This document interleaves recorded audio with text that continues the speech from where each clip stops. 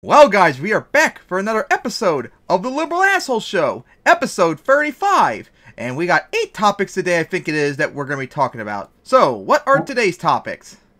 The update on the war on Donbass, Medicare for all in California, Stephen Crowder being an idiot, Jimmy Dore being silly, Matt Walsh going mask off, Major League Karen Green getting violent, and Trumpsters downplaying January 6th, and Nick Fuentes being a proud incel. So, what do you want to talk about first? Okay, I think we can talk about here the update on the war in Donbass. Okay, we talked about this a few weeks ago. This has been an ongoing thing. It actually kind of now has its own name now, because I saw on Wikipedia already, they made a whole article on it. The 2021-2022 Ukrainian crisis. So we talked about it before. This has been going on, honestly, since April, remember when we talked about it, but then nothing happened, and this has been going on since November, where Russia is being accused of about to invade Ukraine to do God knows what, and since then what? The only thing I can think of is that they might take a bit of the southwest, just so they've got a land bridge to Crimea. That's the only thing I could think of. But, and also the 2 separatist regions, remember? True, but they're already aren't big chunk of one of those already occupied by the Russian proxies? By the separatist groups. Mm. But, yeah, American and NATO and everyone has been accusing Russia for months now that they're going to invade Ukraine by, late January into February, which still coming up there. And now both sides are accusing each other of staging a false flag attack to have a justification for it, which both did this back in Syria, if you remember that, a few years ago. Yep. And neither happened. Yeah, so I remember that. And of course, after when we talked about it, they've been doing pretty much the entire month so far, meetings between each other. And it basically boils down to this, because after we talked about this last time, Russia put up a list of demands that they want. There's 2 main things that they brought up. One is they do not want, not just Ukraine, but they don't want any more NATO expansion in any of the post-Soviet states. And they also don't want offensive military weapons placed on their borders, like in the Baltic, which is part of NATO. And of course, NATO, both of them, dismissed those, what they want pretty much. So yeah, we don't know exactly what's going to happen in that regard. And of course, both sides are now going to be doing drills in the next 2 months too, military drills. Russia and Belarus are doing one in Belarus in February, because that was one of the accusations too, that they're going to invade Ukraine from Belarus to get to Kiev quicker. And, so yeah, we gotta see about this so far. Okay, that last bit's a bit weird. I mean, okay, yeah, Belarus is basically a Russian puppet state, but why wouldn't, the Ukrainians be like, hey, we've basically got a Russian proxy state to our north. Maybe we should, super heavily fortify our northern border with Belarus and, be able to defend like hell. That's probably where they're going to attack. Because they've been accused of attacking 3 places. America's accused them of doing a 3-prong invasion. 1 into the separatist regions. 2 invade from Crimea into the south, and invade from Belarus into Kiev, basically. And so of course when it comes to what NATO's refusing for what Russia wants. First off, Ukraine and the other Soviet states joining NATO. I actually agree with that, but they're never going to do that, as we know. They're never going to refuse to allow any expansions whatsoever, as you know that. Oh yeah, definitely not. If they didn't, then Baltic states wouldn't be part of NATO. And all of Eastern Europe too. Well, I'd say at minimum it should have been Baltic states, Belarus, and Ukraine should have been the buffer between NATO and Russia. Yeah, because this also think Russia needs to back off from back off with Belarus and not essentially have Belarus as a proxy state. Or if you are, or if you're cause in some groups they think Belarus and Russia will unite in the future. Oh, well, if I mean, they might eventually, Yeah, but probably still like that's still a ways off, honestly. yeah, I because think Belarus is. I think honestly it'd be better for Belarus if they were a proxy state and not actually annexed into Russia. so yeah, that's one thing that a lot of NATO, America, and people like idiots like Walsh don't seem to realize. Russia wants a buffer state between them and NATO. That is why, too, in World War II, when we defeated Germany, they pretty much made all of Eastern Europe their puppet state. So they have a buffer between them and NATO. They don't trust and believe Western Europe, just like we don't trust and believe them. And you can see the hypocrisy, too, in this regard, because some official in Russia, like, jokingly suggested that maybe Russia should put, like, Russian military assets, like, in Venezuela and Cuba to, like, show America how it feels. And we all remember, y'all remember, almost 60 years ago, when Russia put nuclear missiles in Cuba, the Cuban Missile Crisis. Yeah, the Cuban Missile Crisis that happened almost 60 years ago, that almost started World War III, and we got very lucky, because remember, Cuba shot down a U-2 spy plane, American spy plane was over Russian, was supposed to stay over Alaska, Soviet nuclear-armed sub got attacked by depth charges, and if it wasn't for one person, they would have launched their nuclear weapons at their navy. So that's how close we're gotten. So this is what I want a lot of you that like fervently are like hardcore pro-American on this one. So you see how America reacted when Cuba, of all people, had became like aligned with Russia, and this accusation of maybe bringing military equipment to Cuba and Venezuela. You see, America does not like that. They view it as a threat, which could be valid. Then why can't you see it from Russia's perspective about Ukraine and Eastern Europe? Why can't you see that? It's both. It's the same thing. Like, how hard is that to see?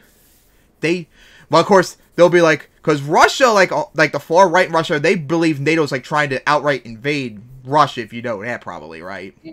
Oh, that doesn't surprise me. Basically, Putin's basically the fascist dictator of Russia, so his hardcore ones would be like that.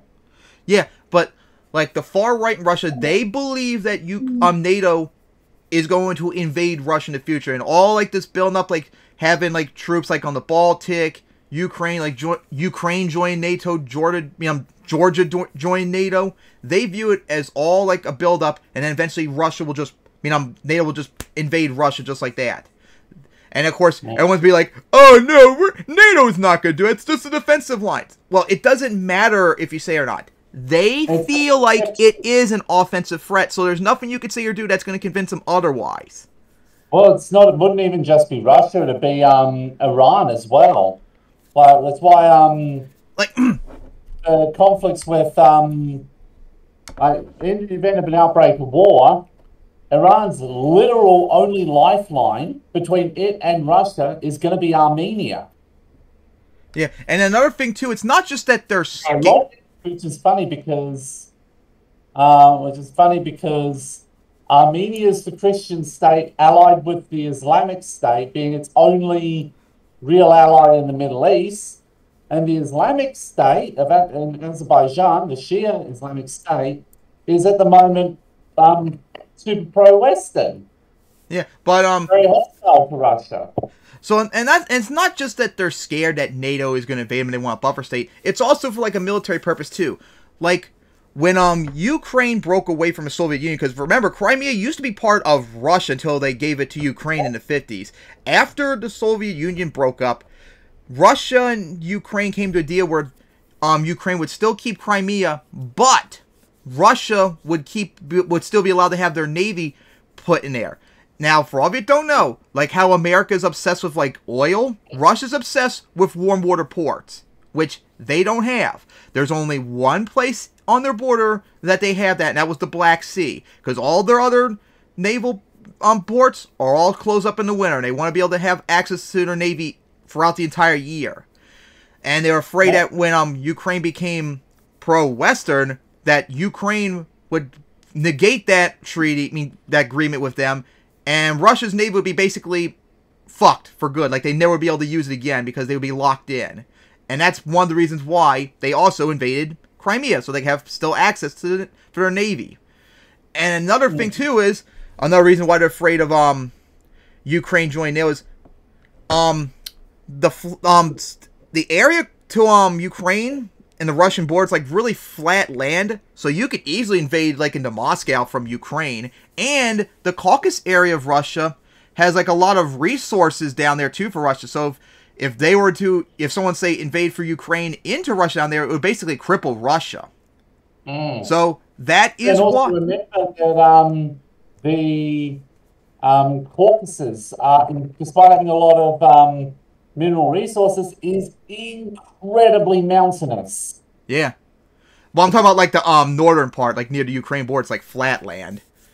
Oh yeah, yeah. That wouldn't be good. So that is another reason why Russia does not want Ukraine to join NATO. They believe Ukraine, regardless if they're true or not. They think it's an offensive threat, and there's nothing you're going to say that's going to change them otherwise on that. So why try to piss them off? Let's just not have them join NATO for right now, for crying out loud. Especially, thankfully, that they can't. It's because of the Crimea dispute. Since NATO said you can't join unless there's no border disputes. So like I said in the last time we talked about this, Russia has like a reason to keep, has like a very good reason to keep Ukraine out now, because as long as they have Crimea and Ukraine insists that Crimea is theirs, they're not going to. So yeah, we gotta see about that. Them demanding that no NATO expansion in Eastern Europe. That's very reasonable. I just want to show you something. What? How far apart is that black? What's the distance of that black box I've got right now? They got a bridge there too, you know. Oh, okay. Yeah, they made it after they annexed it. Oh, they must have gone here. The land bit to the north, the land bridge to the north between Crimea and Ukraine to get full access to yeah, they have a bridge between ports. They have a bridge between that gap. They made it a few years ago. Okay, so they can actually get at least some military naval resources in from Russia to the Black Sea. Okay. Yeah.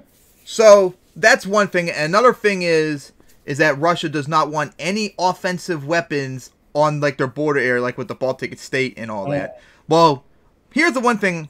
What do they mean by offensive weapons? Because I'm sure what they mean by offensive weapons are going to probably be different from even America's perspective, or hell, even you and I's perspective. Yeah. Because there is such thing as like offensive and defensive weapons, for anyone that doesn't know that. Not all weapons work exactly the same in that regard. But I have a funny feeling they would probably assume any like defensive weapon is offensive, so they would probably say no weapons whatsoever, which is not going to happen. But you could make some sort of arrangement in that regard, like we have with Germany. Like when Germany united, Eastern Germany is not allowed to have nuclear weapons, for example, that America shares with them. So, I mean, it could be possible, but like I said, it would probably depend on what they mean by offensive weapons. So what do you got to say about that? Maybe. Oh, and I don't know. I just saw this on RT tweet out today. I don't know if this was part of the demand too, but supposedly they also wanted either America or like NATO troops to like leave. I think it was Romania and Poland. I don't know if that was true demand or not, but that is most likely not going to happen since they're part of NATO. So why would they? Well, I was thinking maybe America could be more accurate, because I don't know if you America, yeah. Because I don't know, because I remember seeing a map a whole bunch of times recently where it shows like the Baltic state and Poland where they have like NATO members troops in. All of them but Poland did not have American troops. American troops were in Poland, where the Baltic states had like other European countries instead. I mean, maybe, I just don't know. But like I said, I don't know if this was demand. I just saw it on RT like a bit ago before we started. So yeah, we got to say about that too. It's something what you have to look into. And of course, another thing they wanted, like, they wanted like written down too. Like they didn't want it to be like we're in the 90s where where they said that America and NATO agreed to no longer expansion, but America and NATO are like, no, we did not. They want it written down, which of course they're not going to do that. Mm. And there was another thing. Oh yeah, like more like ways to like communicate to avoid problems. Yeah, that's possible. Yeah, that would be important. Not just for well, that'd be both ways. Yeah. Both ways in that regard. So yeah, what do you guys see about this so far? I don't know what to think. It feels weird that I hope these talks actually achieve some kind of positive outcome. Because unfortunately, the position right now, Russia's got not all of the cards, but a lot of the cards at the moment. and of course I must add too, just like I mentioned this before, just think about the hypothetical scenario of like an invasion of anything, doesn't matter what it is. Last I checked, Russia has like 175,000 troops they accused of having on Ukraine's border. That is still a very small number for an invasion, just so you know that. What? Yeah, I don't think they're going to take Ukraine with that number. Like if we say hypothetically they go all the way and say invade Ukraine completely, 175,000 troops is just way too small for a country of like 50 million people. Plus, if they are invading, like they said, late January into February, that's in the middle of winter. That's still going to affect Russia and everyone too fighting in the winter. Like they're not going to be good in that regard either. Just like how every other time people invade Russia in the winter. Why would Russia invade Ukraine in the winter with a small army, invade Ukraine, regardless of how far it is, maybe even go all the way, hypothetically, and just completely occupy them? Gotta deal with a guerrilla warfare of like 50 million people, and have to deal with the Western response, which is going to be massive. Like, just think about for a little bit. Why? Seriously, why would Russia start World War III? Seriously. Like, Putin... Something like would. Like, Putin is not, like, crazy for crying out loud. But it's not, he's crazy. He's not that crazy. So, like, just think about it for a little bit. And there's also been reports that I've seen from, like, Ukrainian, like, news sources. And there's, people living, like, on the border with, Russia and Ukraine, like, in the, separatist region, that they don't think that nothing's going to happen whatsoever. They think, like, Western media is being, like, hyperbolic and, like, overreactive. It's just a show of force, I think. Or, like, a bluff. Hmm. But yeah, hopefully nothing happens to it. But unfortunately, we still got the rest of January and February to go still, sadly. So I think we've talked about this topic enough, unless you want to go into the next topic. Universal health care in California. Alright, guys. So California, for the second time, is trying to do a state version of Medicare for All, which is one of Bernie's awesome policies. They tried this back in 2017, but sadly failed because of all the evil corporate Democrats in California at the time blocking it. So hopefully 5 years later this will change, as I found this article while you were gone from the Los Angeles Times. Let's take a look at it. California would enact a sweeping first-in-the-nation universal health care plan under a proposed unveiled Thursday by a group of state Democratic lawmakers, providing health services to every resident and financed by a broad array of new taxes on individuals and businesses. Although some of the policy details of the ambitious plan were laid out last year, the way to fund it has not been determined. The proposal, now laid out in separate pieces of legislation, faces significant hurdles in the coming months. First, at the state capitol, with opposition from groups representing doctors and insurance companies, like the fucking corporate Democrats back in 2017, that they all need to go. And then possibly at the ballot box, as voters who would have to approve the taxes in an amendment to the California Constitution. Hopefully they would. There are countless studies that tell us single-payer healthcare system is the fiscally sound thing to do, the smarter healthcare policy to follow, and a moral imperative if we care about human life. Assemblyman Ash Carla said the proposed offer said Thursday. Yeah, for all of you who don't know, America's healthcare sucks ass. It costs much more, and it's inefficient, and people die more because they don't have access to healthcare. There have been study after study after study after study since Bernie proposed in 2015. Medicare for All would save money, be more efficient, and more importantly, it would save thousands and thousands of lives. So, if you actually care about fiscal conservatism, you support Medicare for All. End of discussion. Efforts to create a single-payer healthcare system in which medical expenses for all residents are covered by a government-run fund have been widely discussed in California for years. Supporters say the cost of providing care to the state's residents would go down without an administrative expense of private insurance plans. Yeah, because for all of you who don't know, private insurance, they gouge you. They make you pay more money than you should be. That's why they need to be shut down completely as well. They also point out that the costs occurred by California under slimmed-down healthcare plans with high deductibles and copays. Costs they argue would disappear, which they would, if California created a state-run program that bleeds, even though it says blends, state and federal dollars. What we're trying to do is get rid of these dozens of buckets of funding, wherever it's private insurance, wherever it's employer, wherever it's Medi-Cal, put into one bucket, they said. Legislative efforts to push the idea forward have fizzled over recent decades, lacking the broad-based political support needed for a historical overhaul of the healthcare system. Carla's newest effort was quickly criticized by a coalition of powerful political players, including the California Medical Assistant and Association and the California Hospital Association. They will square off against one of the single-payer plan's most vocal advocates, the California Nurses Association.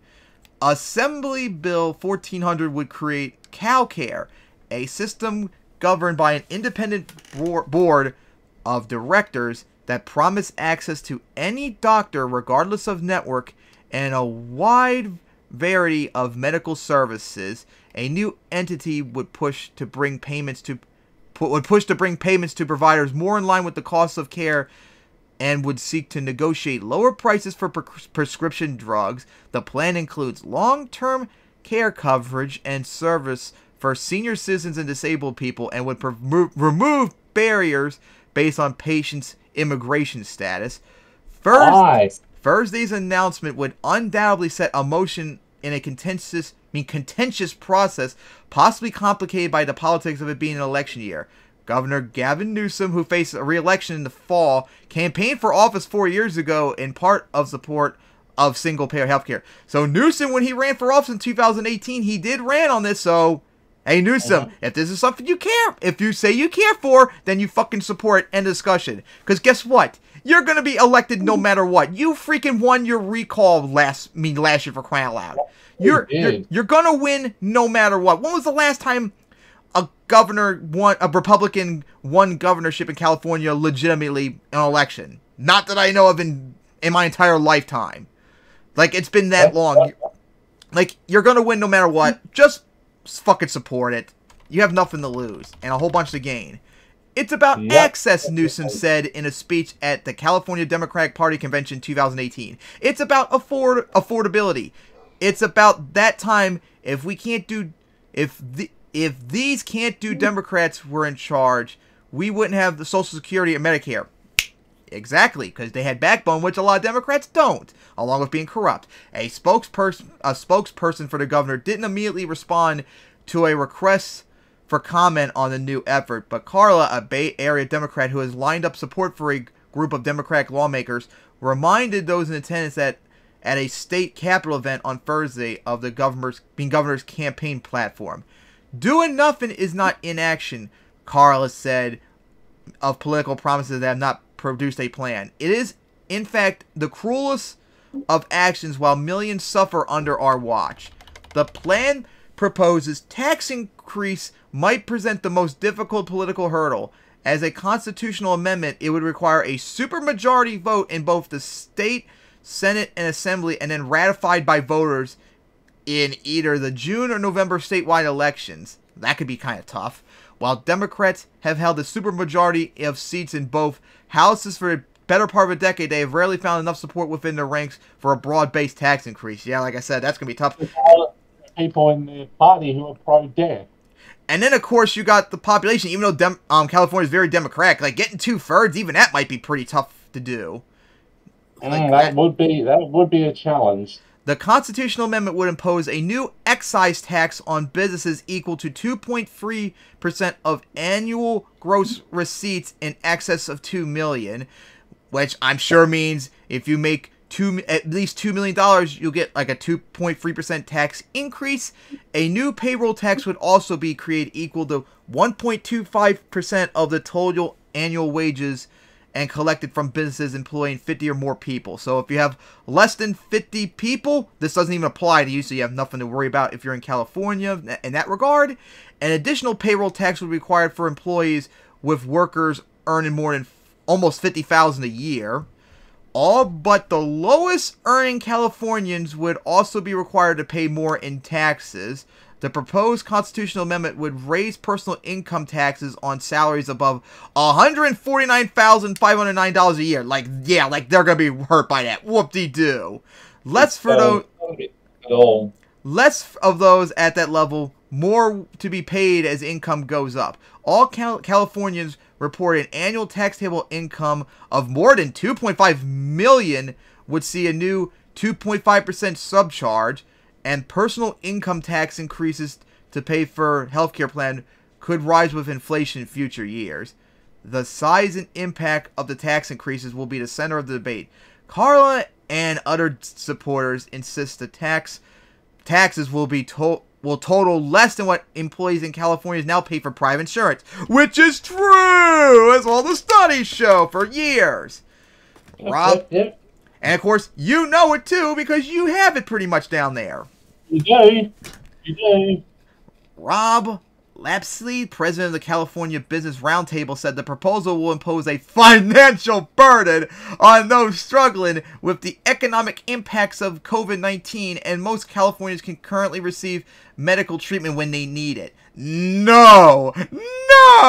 That's why America's healthcare sucks. And then when it comes to COVID-19, there are ways to fix that, like UBI and stuff like that, which the government refuses to do. California already has near universal health care coverage, Lapsey said in a statement. AB 1400 would eliminate health care options and force everyone into an untested government-run program. All the corporate Democrat right-wing talking points all in one. Look at talking point. It's not even a corporate Democrat talking point. That's just Republicans. Oh my God. Yeah, people want the option to have shitty health care. Yeah, fuck that shit. The constitutional tax increase was introduced this week, while AB 1400 was introduced last year as a holdover proposal from 2021. It must clear the assembly by January 31st. Ooh, that's coming up in 10 days. Yeah, that is very close. Republicans were quick to pounce on the procedural changes approved by Democrats on Thursday to fast-track the bill, which has sat for months in assembly without any public hearings. The legislators' majority party just voted to move a radical single-payer bill forward without any independent cost analysts, says Assemblyman Jordan Cunningham, a Republican, of course, vice chairman of the Assembly Rules Committees. The bill would be considered next week by an Assembly Health Committee. The panel's chairman, Assembly Jim Wood, a Democrat, said Thursday that he would vote in favor of a single-payer plan, a strong indication the measure would receive a vote by the Assembly where it needs only a simple majority to be sent to the Senate. So it sounds like it might pass it. Oh, that's it. Darn. That sucks. I want to keep reading more. So yeah, hopefully they get it this time around, and hopefully the corporate Democrats don't stop them. But yeah, that's going to be a tough hurdle to get over if you need 2/3. Because God, like the Democrats are not even fully aligned on this, so that's going to be a problem. I don't even think 2/3 of Californians would even vote for that, even though they're very blue. So that's going to be very tough. But hey, we need it, and California could be an example showing that hey, it can work there, it can work anywhere. But eventually, we got to say about this. Oh, I hope it works out, because then you'd finally have at least one state with good health care, and watch the outcomes get a lot better in California compared to anywhere else in the U.S. And then conservatives will cry too, which will be even funnier. And rich fucks too. Yep. Cry more. All right. So please, California, please succeed. So now, what do you want to talk about next? Let's see. We have. Where's the topics to go? Stephen Crowder being an idiot. When is he never an idiot, everybody, right? Being especially idiotic, I'm guessing. Alright, so of course, Stephen Crowder, we made fun of him numerous times on the show because he's an idiot. But today, as Kyle covered, he's crying about MLK now that he supported violence. What? That sounds really weird for him to accuse him of that. So, let's see what Kyle is making fun of him this time for. Are you ready for stupidity? When you use...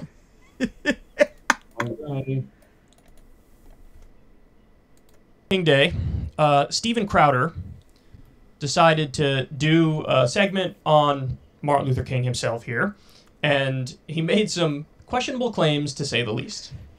Here's something you probably know that MLK, for example, let's start with this. Supported peaceful protest. Yeah. Okay. Yeah. That is true. Sometimes. He also had some pretty, I guess you could say, unsavory opinions about riots that I do think need to be considered because a lot of people don't know this part. And continue to say to my brothers and sisters that this is not the way. Continue to learn that there is another way. But at the same time, I can't hear a thing. It is as necessary. Tim? You there? I am. Oh, there you are. For me to be as vigorous in condemning the conditions which cause persons to feel that they must engage in riotous activities as it is for me to condemn riots. I agree with everything thus far. I think America must see that riots do not develop out of thin air. Certain conditions continue to exist in our society, which must be condemned as vigorously as we condemn riots. And in the final analysis, a riot is the language of the unheard. What is it that America has failed to hear? It has failed to hear that the plight of the Negro poor has worsened over the last few years. It has failed to hear that the promises of freedom and justice have not been met. I'm losing. It has failed to hear that love. What? They're talking about here loudly, but it's going out. Probably because it's old video. Segment of white society are more concerned about tranquility and the status quo. And as long as America postpones justice, we stand in the position of having these recurrences of violence and riots over and over again. See, and that's the problem, is the open-endedness to it, because, well, what is justice? Well, right now people are saying, oh, injustice is there are too many Asians at Stanford. Yeah. So let's burn down a Walgreens. Yeah. Be more specific. You need to be a little more specific, and let me be clear, too, at another 1967 speech, and we'll get to the crack whores, and we'll get to the orgies, we'll get to all of that, which a lot of you don't know about MLK. 5 things you don't know about MLK. Bet you didn't expect to hear MLK and crack whores. What? Today. I have a dream of non-crack whores at a Motel 6. No. I don't think crack exists. You wouldn't go Motel 6. Probably not. Just whores in general, then. So a 67 speech, King said, urban riots are a special form of violence. They are not insurrections. Disagree. Good to know. Said the rioters are not seeking to seize territory to attain control of institutions, which today they are. That's their stated goal. Black Lives Matter. They are mainly intended to shock the white community. The looting enables the most enraged and deprived, I'm using his word here, Negro to take hold of consumer goods with the ease the white man does by using his purse. This goes on a lot. If you look at some of his statements regarding riots and regarding violent protest, it's worse than I thought. I thought he kind of both sides it. He actually more often encouraged violent protesting. No, he did not, you retarded and that liar. is probably disappointing to a lot of people. Now, that's a hot take if I've ever heard one. Martin Luther King supported violence and riots more than he supported peace. That's as counterfactual as you can get. I mean, this is a guy, they had rigid discipline when they would do their marches, do their protests, do their sit-ins. And in fact, there was an academic paper that just came out about this not too long ago, where apparently researchers found that one of the main reasons why the civil rights movement succeeded in achieving many of the goals is that when you had a group of people, a group of protesters who were pacifists effectively, and they were committed to nonviolence as a matter of principle, what would happen is you'd get the state violence in reaction to the peaceful protesters, where the, Bull Connor and the southern states, they would turn fire hoses on these peaceful protesters, sick dogs on them, they would beat them. There would be violence from the state against the peaceful protesters, and the figurehead of the peaceful movement would say, look, no matter what, don't fight back. Don't do any violence. What happened was that turned the majority of the American people from hostile to these people who are shaking up the civil order of things to supportive of them. Because it was such a clear, stark example of like, well, it appears like on this side we have pure good, and on this side we have pure evil. So that changed the minds and shifted the opinion polls colossally, where now everybody was sympathetic to the cause of the civil rights movement, because they said, look, I mean, they're obviously peaceful. They are, and there's always been propaganda, reactionary propaganda on this stuff, where they would pretend, like, oh, this guy's so violent and he's the problem. No. I mean, he was a committed pacifist. It was turn the other cheek all day. Oh, you're going to hit me here? Okay, hit me here too. Hit me there next. And so, nothing could be further from the truth. And again, this is what academic researchers found. This is one of the main reasons why the civil rights movement was so successful, is it led to real movement on the issues because the majority of the population began to sympathize with these people who were principally committed to nonviolence. Now, by the way, MLK... And that's why I keep telling, like, Harry and other, like, hardcore people in, like, BLM, why you shouldn't condone, support, or do any rioting because of this reason right here. Like, do I need if you want to loot multinational corporations and really big businesses, then yeah, you can easily justify it. But anything like small or medium businesses, leave them alone. But, focus on the big businesses that have been fucking over literally everybody ever. Just like when after George Floyd was killed, BLM had massive support by like everyone after what happened, because everyone knew what happened to him was wrong. But once the rioting happened, even though BLM, it was like 93% were peaceful, the protests, I mean to say, the fact that the riots happened, and of course conservatives associated with BLM, tanked their support back to where it was at the beginning. So, yeah, just don't do it at all whatsoever. They got a lot of crap at the time from people who were way more hardline than him. Like Malcolm X, for example, for a long time would beat up on Martin Luther King and say, look, this is like cuck stuff here. What, are you just going to sit there and take it? That's ridiculous. So when he talks about riots and he talks about the violence, what he's doing is explaining why it happens. He's trying to get people to understand where they come from. They don't come out of nowhere. And in the minds of the reactionary, they say, look, state violence doesn't count, but the reaction to that state violence, which sometimes manifests in violence, that counts as violence. Well, why does it not count as violence when you're forcibly removed from sitting at the same diner counter as white people? That is state violence. It is state violence to have segregation and say, look, don't come over on this side of town or else there's going to be consequences. That's state violence. And a lot of people just give state violence a pass. It's the same thing when it comes to foreign policy. We talk about this all the time. When you have drone strikes that murder innocent women and children, that counts as terrorism. Just because it's done by the state doesn't mean like you can magically declare, no, now we're going to call it collateral damage because it's done by the state, so therefore it doesn't count for reasons X, Y, and Z. That's nonsense. That's BS. That's intellectually lazy. And so what MLK was doing is he was explaining where the riots come from. And conservatives never, ever, ever, ever, ever understand it. If you explain how stuff like this happens, you support it now all of a sudden. Remember that? Fucking dumbasses. Why they happen, and so how we can avoid them. It's the language of the unheard.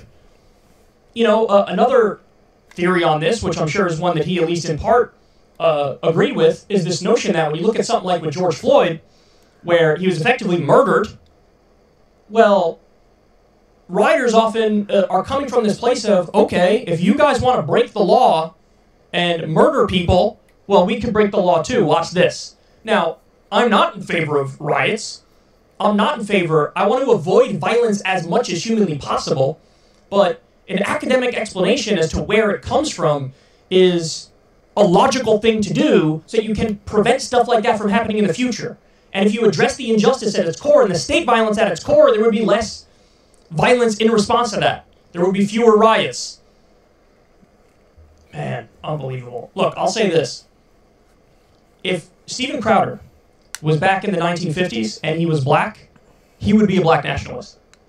And you know what? I'm not knocking him for it. I said this before myself. I think I would have been It'd be going around doing speeches about cops as scum.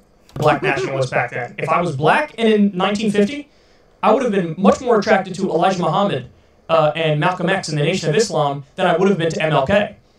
Because, you know, look, the only time I think violence is okay is for self-defense. And that was the line that Malcolm X was pushing. You know, you should defend yourself, your property, your family, your people. That would have appealed to me. Because when you have official second-class citizenship, state-enforced oppression, responding to that with some semblance of violence. I mean, it was Barry Goldwater, right-wing presidential candidate, who said extremism in the defense of liberty is no vice. And that was the mindset of black nationalists and black separatists. That's how they thought about it. And they viewed it as a self-defense kind of thing. So I would have been more attracted to that. I'm sure Steven Crowder would have been more attracted to that. But he's not black, and he wasn't around in the 1950s, so what does he do? He effectively smears MLK on MLK Day, and we know it's a smear. Why? Because he brings up the crack whores and orgies. Hey, Steven, you sound like a snowflake who's triggered here. I don't care if Martin Luther King had orgies or slept with prostitutes. That's what all conservatives I don't care are. about that at all. That has no bearing whatsoever on his political philosophy. And I know Steven Crowder understands his point. Why? Because there were a million scandals with Donald Trump, whether it's grabbing pussies over here or, you know, sleeping with somebody who they then paid off, maybe with campaign funds over there. There were all these stories, and I don't remember Steven Crowder making a big deal of Donald Trump and his personal, private sex life. And I'm consistent on this. You go back and listen to the things I talked about. Daddy I never cared about that stuff, because that has nothing to do with the governance. That has nothing to do with the policy decisions that you make. That's what affects everybody's life. What you do with your dick is none of my business. Now, if there was a situation where campaign funds were used to pay off women, well, that's a different story, because then that's illegal and you're violating people's trust to donate to you and all that stuff. It's fraudulent in a sense. So that I would care about. But in terms of the actual act itself, who cares? I mean, Gandhi may have been like some sort of child rapist or something. Does that take away from Gandhi's political accomplishments and his philosophy on that front? No, it doesn't. It makes him terrible in that respect, but it has no bearing on the political philosophy. So it's a red herring. That's the name of the logical fallacy, red herring. Oh, this guy's a hero who tried to usher in, you know, justice and bring us equality. Well, did you know that he liked to nut? Who cares? Who cares? Who cares? So, Wasn't there, who was it? Gavin McGuinness or Matt Walsh or one of the other far right anti-black people, idiots who smeared him as a leech and said like, "Oh, fucking Jesus is back." I don't remember that. It's clear what he's doing here. It's clear what he's doing here. And I was reading the responses. He tweeted about it. I was reading the responses. And even a lot of his own people who clearly, like, watch him all the time and agree with him, they were like, "Hey, dog, I don't know what you're doing here, but I don't like it. Don't go after a great man on his day." So there's a little bit... that actually goes to show you why most of the Republicans tried to embrace Martin Luther King and find the most benign quote of his that they could. Like Josh Hawley did that. Lindsey Graham did that. It's like, it's the old when you can't beat him, join him thing. So what you do is you take the benign quote, you try to sanitize his legacy, You don't talk about the fact that he was in favor of democratic socialism and universal health care, and he was against U.S. imperialism and wanted to end the wars and said the U.S. government is the greatest purveyor of violence on earth today. So you ignore the parts that are actually edgy and more leftist.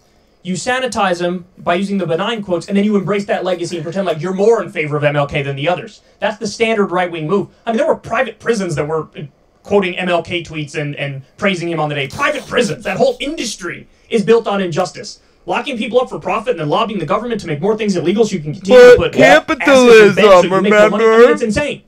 But this is what people do if they're sophisticated with their propaganda. It's, look, I'm going to lie and pretend like I'm more in favor of him than you are, even though I'm not.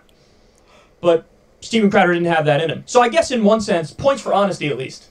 So he's like, I'm not going to, you know, pretend like I'm more pro-MLK than you are. I'm actually... Or maybe, here's a radical idea, maybe he's just stupid. going to make the argument, well, maybe MLK wasn't as good as you thought he was. How about that? That's amazing. And then final point I'll make is this. There's a lot of debate among academics and on the left in general about the utility of violence. And so there was that study I pointed out about, hey, here's one of the main reasons why the civil rights movement worked, and it was a principled opposition to violence that made more people sympathetic, which made it eventually, we got to the point where we could pass civil rights legislation and voting rights legislation. But there's a whole other school of thought.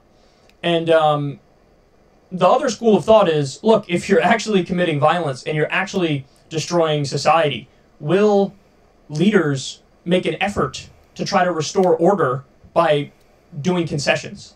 And there's also historical evidence of that working, where, you know, the unapologetic, ruthless, destructive form of property violence, at the very least, leads people in leadership positions to say, look, I'll do anything to make this stop. So if you want me to make some policy concessions, fine, I'll do it.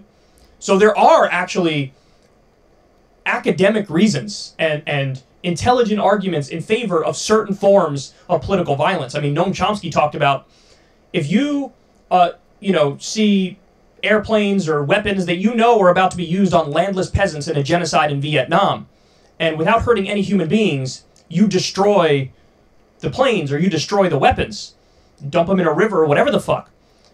Isn't that moral violence? It's moral property violence. And I have a hard time objecting to that. How can I object to that? Yeah, if you know it's going to be used in a genocide and you just destroy the weapons, that's violence. Technically, it's property violence. But isn't that the right thing to do, to save the lives of the innocent landless peasants who are about to be massacred? So there are examples of it. So in other words, it's a much more complex and nuanced conversation than Steven Crowder would ever give it credit for. And, you look at South Africa with Nelson Mandela. Nelson Mandela was able to go to the white authorities in apartheid South Africa and say, listen, you could deal with me or you could deal with them. Them being the people who are rioting in the streets and are, scaring the hell out of the white government and are not taking no for an answer. And so it's almost like that good cop, bad cop approach. Maybe Martin Luther King needed Malcolm X and Elijah Muhammad and the black nationalists and the black separatists in order for the U.S. government to say, look, we could deal with the separatists and the nationalists, or we could deal with this guy who genuinely just wants peace and equality. Maybe you need the good cop, bad cop strategy in order to bring about justice. So, in other words, here's my point. Even if MLK was sometimes pro-violence or was mixed on it or gave both sides or whatever, even if that was the case, which it's not because he had a principled, stance in favor of pacifism and nonviolence, that still would be intellectually defensible. And any honest reading of the situation knows that. Again, Steven Crowder, all of a sudden, I don't think he'd be against violence principally if he was in 1953 and he was black. He would... I'm sure he's for violence right now if it benefits him, for crying out loud. Oh, yeah, of course he is. He would love violence. In fact, he probably wants to be violent. View any sort of violence to stop the state oppression as just and in the cause of liberty and freedom. I mean, he would look at the American Revolution and say, today he'd look at it and say, well, of course that was just violence. That was understandable. He would look at World War II and say, well, we were killing Nazis, of course that's just violence, of course. So the conversation is a lot more complex and nuanced than he wants to give it credit for. Clearly the whole point of this segment is just to smear MLK, and I would say mission accomplished, but nobody's really buying his line of BS, so I guess not mission accomplished. Because he's an idiot. As we already know, he's an idiot.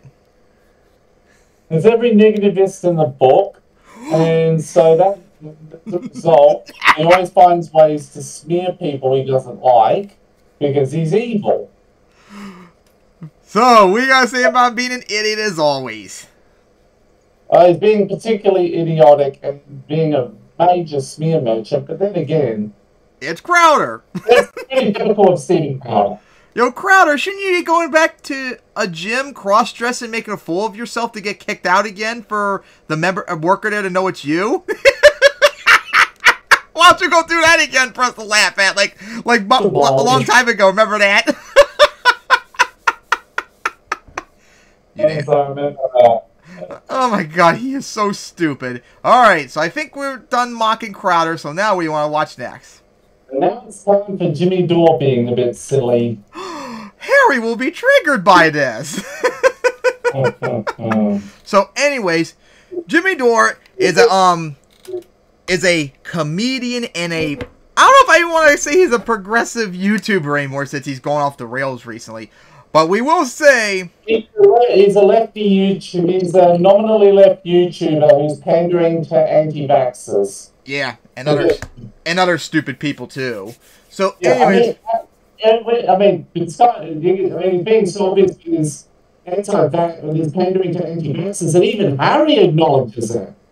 He actually admitted it? He doesn't even admit that to me still. No, he at least admitted that to me. But anyways, as this is like a big contentious person on the show, since Harry loves him, you hate him, I'm neutral on him, but at least you're the most honest person who hates him. You at least are willing to concede things when he's right on like Walsh, Cedar, and other people. But on this one, he went pretty cringe, not only on anti-vax, but for trans issues too. So, oh boy. Yeah, he's slow on the hole. So let's watch Mike's video on this. Okay, yeah, no, that makes total sense. Real quick, since I have you on the line, do I still send all of the invoices to, was it billing@cia.gov? It is, okay, yeah, perfect. Yep, got my talking points, just saw the email. I'll open it up after this phone call. Yeah, I'm ready to do this attack video on Jimmy Dore. I'm really excited. I know that you will like what I come up with. Yeah, thank you. You too. Okay. All right, bye. Okay, make sure you cut here, obviously, and then I'll wait a few seconds, and then we'll begin the video right here. Anti-vax conspiracy theorist and right-wing tool Jimmy Dore, little by little, is letting the mask slip off more and more. And what's funny to me is that people in his vicinity are just going full mask off. For example, Kim Iverson, supposed leftist, just admitted on Twitter that she's voting straight Republican, which I, for one, am incredibly shocked by. I never saw this coming. And it's not... What? Straight Republican, jeez. And she said the reason why she was against it was the vax mandates and all that. Like, even if you are against it, that's still... Even if you are against that, that's still not a reason to support Republicans. There's no reason to ever support them. They're pieces of shit. Because the Republicans, not only are they vaccine mandate, they're just anti-doing anything about slowing down the spread of COVID. Because it's a Chinese hoax, remember? Or a Chinese bioweapon. Or an Anthony Fauci created... No, patient zero created bioweapon. Like, they're even... Patient zero in the Anthony Fauci, because they think Anthony Fauci's patient zero in the pandemic. Trying to hide the fact that they're doing the bidding of the right. Jimmy Dore, for example, after seeing the right-wing meltdown after Ethan Klein of H3 attacked Joe Rogan, which was hilarious, by the way, I did a video on that, he didn't even bother to come up with some creative response. He literally just swagger-jacked Andy No and called Ethan an obese podcaster. I mean, they're not even trying to hide the fact that they're right-wingers now. But the plausible deniability that they had left is further diminishing, especially now because Jimmy Dore is choosing to attack the least powerful people in the country. Teachers and trans people. So I have two clips from Jimmy Dore that I want to play for you. We'll talk about the teachers thing first, but before I show you what he said, I just want to show you what cable news pundits said about teachers who dared to want to resume remote learning to not get COVID. If you don't want to teach, don't teach. Quit. It's called Live With It. Go to work, live with it. Yeah, So that's the message from corporate media being disseminated by their proxies in cable. I'm not surprised since it's fucking, I think it was Brian Kilmeade and Joe Scarborough, pieces of shit. News, and that's what they say. And as you're going to see here, Jimmy Dore is basically going to have the same argument, except ironically, as he repeats cable news talking points, he's going to claim that his opponents, quote, are repeating the propaganda of big pharma-funded establishment news. So very funny. Take a look. There's a big debate about whether they should open the schools because of COVID and because Omicron is so much more contagious. Omicron, the symptoms of Omicron are very mild, and they're like a cold. And a lot of people are saying that's good because that signals the end of the pandemic, because now we're going to become endemic and now it will just circulate, and the symptoms that it will present with are those of a cold. Even though it's not, it's the Omicron cold.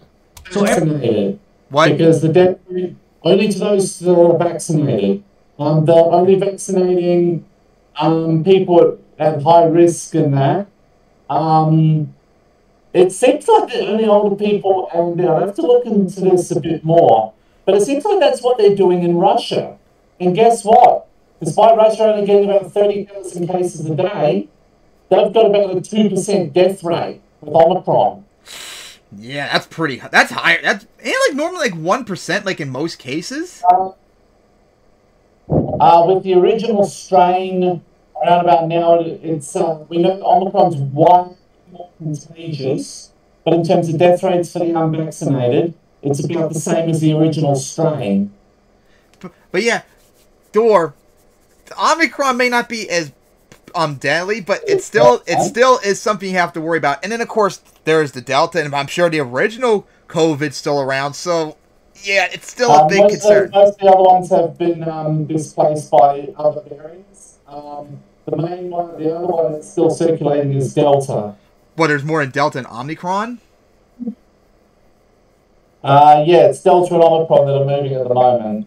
Everybody's shitting their pants about kids having to go to school are just repeating propaganda from big pharma-funded establishment news. Congratulations. Do you know the damage that's done to kids not being socialized in schools? Do you know the damage if you get COVID? Yeah. But it's great.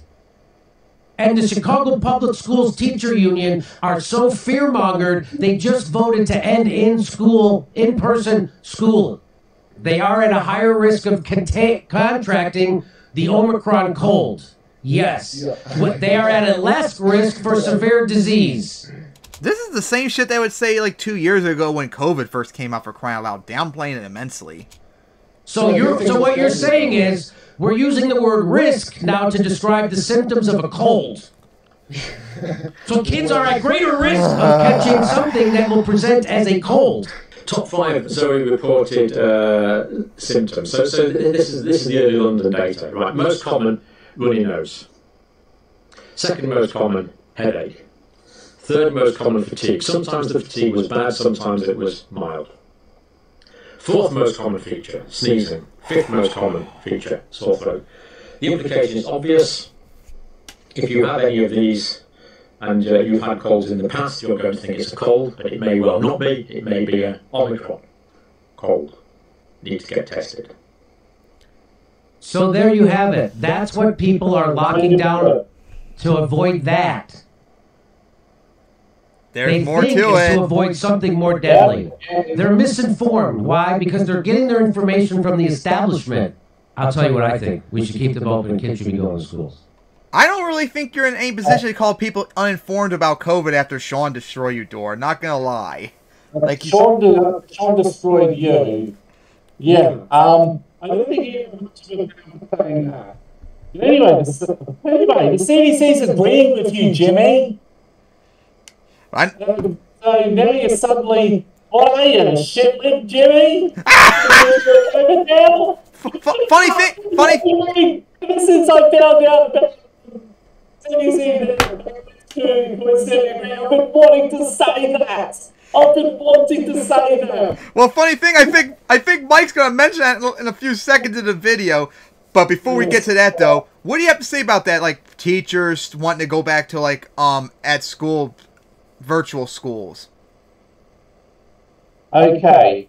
The way Australia used to do it is that the only in-learning that would be done would be the kids who are like high risk and those who were also like they would have been home alone otherwise. Because I know one picture, if I had kids, I don't think I'd feel comfortable right now if they went to school with all this shit going on. Especially if the school, like the staff wasn't vaccinated, mask mandates and all that crap.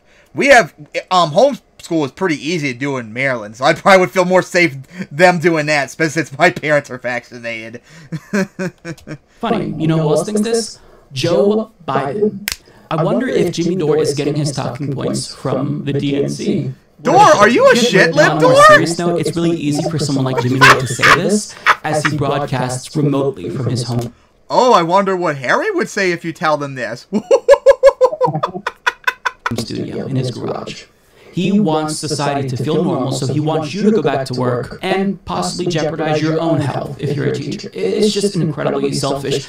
And there's a number of reasons why resuming remote learning is actually logical and less disruptive. Because if you have so many teachers getting sick and so many of them are staying home, then of course that's going to be disruptive to students. And the teachers who are getting sick, they're out of sick days in many instances. So they're expected to come in while they're positive with COVID, which will obviously expose other people, and that will further exacerbate the issue of hospitals being overrun, which is a real key issue as to why we need not just teachers, but as many people as possible to stay home currently. Because once again, hospitals are being... And also vaccinated too. Overrun. And this time, it may be worse because Omicron, even if it's more mild, is more contagious. So that is leading to more hospital workers getting sick and staying home. It's leading to staffing shortages that are causing more excess deaths than necessary. And if you're vaccinated, you're less likely to get COVID in the first place, so less shortages for them. Going back to teachers, it's not just the teachers who are being selfish here, as many right-wingers will argue. Even the students at Brooklyn Tech walked out in protest of in-person learning because, like most reasonable people, they don't want to get sick. And that's not to say that everything that Jimmy Dore said in that clip is wrong. He's right that there are possibly negative effects of doing remote learning. Kids feel isolated. There are social issues, mental health issues possibly. They need the... I mean, that didn't affect me being homeschooled by my mom for like 10 years. Socialization.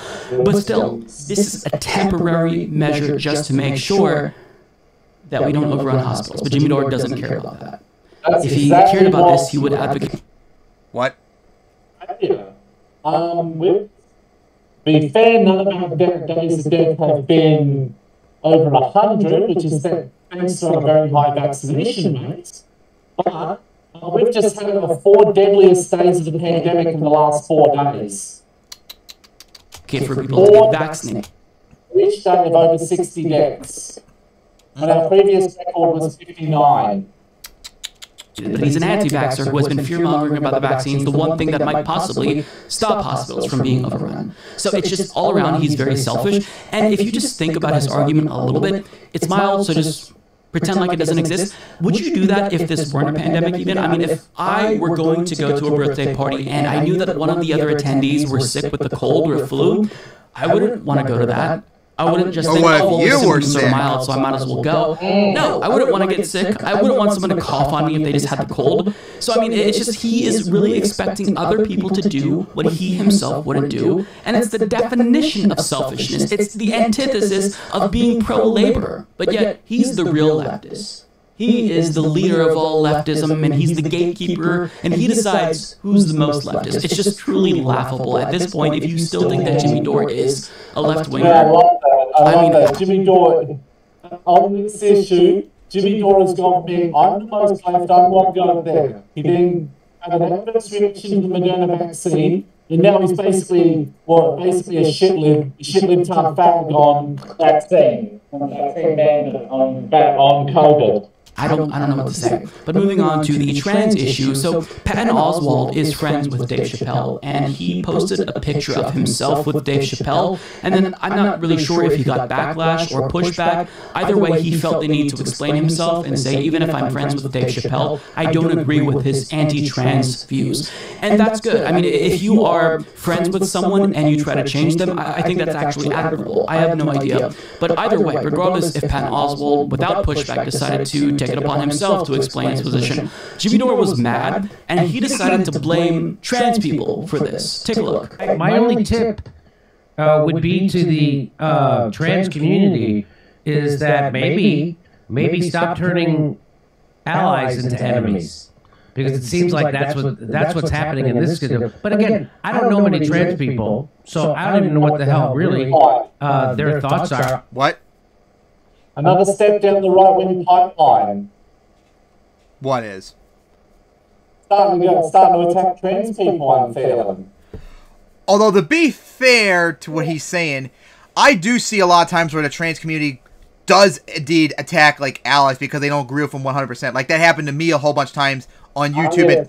Gatekeeping. Yeah, like, it happened a lot of times to me on YouTube and Twitter, where if I don't agree with them 100%, like with Dore, or there are times where I misgendered someone on Twitter or YouTube because I didn't know they were trans. They, like, called me, like, the worst person in the world, and I'm, like, irredeemable because I missed... That's also what, it's like with both, well, I'm gonna both sides of this. Yeah, so Jimmy Dore and the doorknobs and ball shots. Yeah, so there is somewhat of that. So yeah, it's valid in some regards, but I don't think it is in every single one, like this one probably. All I know is the loudest ones online. It's really ironic to me that Jimmy Dore is scolding other people because they're burning bridges. Very, very That is true! So he says here... He burned a bridge with one of his own recently. Well, just like Harry. Just like Harry's pretty much done with us. Stop turning it on. I think it's like half borderline anti-vax, half black separatists. Lies to try and just go more crazy than he does. Enemies. Imagine saying this with a straight face to trans people. Hey, I know that your community is viciously targeted by transphobic lawmakers. You're targeted socially and legally, and violence against your community is at record highs. But maybe you should shut the fuck up a little bit, because I'm kind of tired of hearing about all of your problems. And then maybe, you'll have some more people in your corner. Just shut the fuck up. I'm tired of hearing about it. I mean, imagine saying this to one of the most marginalized groups in society. It's mind-boggling to me that anyone can think that that guy is a fucking left-winger. I don't know what to say. Now, for those of you who aren't aware, this isn't the first time that Jimmy Dore has vocalized his frustration with members of the LGBTQ+ community. Because remember back in, 2018, 2019, after Carlos Maza explained how he's been harassed by Steven Crowder with homophobic remarks, calling him a lesbian queer for years, this is how Jimmy Dore responded to Carlos Maza. Really? Is this what you're complaining? It's not funny. My family sees this shit. Oh, really? Really? What about the families of the 85,000 kids that have been killed in Yemen? What about those families? Really? Really? This guy, what a snowflake this fucking guy is. I'm being bullied, Carlos Maza! So once again, Jimmy Dore chose to side with the oppressor rather than the oppressed. He sided with the... There was another video Mike did several months ago about Dore. He actually went into detail about this with Crowder and Maza. I think we explained is that Dore is, like, against Maza more because Maza wanted to, like, take Crowder off of YouTube or demonetize him because of his homophobia, and Dore was, like, so against that he can't even consider, like, he wouldn't even concede that Crowder was a transphobe, basically. Well, you know what, I think we talked about this before. What do you guys say about that? What do you think they should have done with Crowder after his homophobic meltdown to Maza? I'd say definitely demonetization. Like, should he have his channel taken down? I wouldn't say like a permanent ban, but I wouldn't be opposed to a temporary suspension. I think that is what happened too. I know that video was from posting videos, but like the channel temporarily going down. Just like what happened to me when that bullshit hate speech complaint Dennis Prager did on me. I couldn't upload videos for a week and had to delete the video. I think he got that video demonetized, or maybe he was completely demonetized. And I think he got suspended, but his channel's still up. But yeah. Well, if it was a temporary suspension, Crowder's channel would still be definitely up. But yeah, but you still think he should be allowed to talk on YouTube? Yeah. I mean, he provides us good content when we can laugh at him, remember? But yeah, I don't think they probably should have taken him down if they went that regard. But, unlike Dore, I will concede that he is a transphobic piece of shit, no doubt. Yeah, I just don't want him to go. I just don't want YouTube to go too far like Mazza wanted them to do. Harassers and the anti-LGBTQ plus person, rather than the LGBTQ plus community themselves. Now, I'm not going to say that Jimmy Dore is homophobic or transphobic. I think he just genuinely is apathetic. I think he just doesn't give a shit. And I learned this the hard way after he tried to use me as his gay friend to evade allegations of homophobia after that clip that we just watched went viral. So this is someone who, once again, purports to be not just a left-winger, but one of the most principled leftists on the internet, but yet every single thing he does, in essence, is in service to the right-wing disinformation machine, is in service to right-wingers. Functionally, at this point, he is a right-winger, even if, deep down, he still has some core leftist values. And people will say, oh, well, he supports Medicare for all. Then why did he abandon it back in 2019 and endorse Tulsi Gabbard even after she moved away from Medicare for all and opted for a system? Yep, that's a big fuck up there. You can't deny that, Dore. Like Australia's, where they actually allow private insurance. And as you'll see, if you look at Australia's healthcare system, they're having so many problems because of that. I mean, how can you say this person is a leftist? So why am I showing you this clip? Because I think it is really important that we expose these charlatans who try to occupy leftist spaces when, you know, that's harmful. All they're doing is moving people on the left to the right, tacitly endorsing the idea that Republicans are perhaps better and more principled than Democrats. He doesn't have to say that, but it's implied by constantly attacking the left, constantly attacking Democrats only and not Donald Trump and Republicans. So it's really important that we expose these folks, because the quicker that we expose these frauds and the more people learn about how just fraudulent these folks are, the better off we'll be as a movement. But at the same time, will you still concede when he does something, he say something right like you do? Yep. Like Walsh and them, you know they won't ever do that. Of course he doesn't, because Dore and Walsh just spawn enemies. So yeah, what do you have to say about that video? That was pretty nuts. Oh boy. That was pretty nuts and stupid. Yeah, like when it comes to like him being called an anti-vax, even if he is not anti-vax per se, he's not saying like don't get vaccinated, he still is helping the anti-vax cause with all like his hysteria questions about the vaccines and all that. It still helps the anti-vax movement, and that's why, as I keep telling the Harry, Dore is effectively an anti-vaxxer. Whereas if we criticize like Fauci, CDC, or anyone else, we do it in a way that does not come across as anti-vax, whereas Dore does. That's the difference.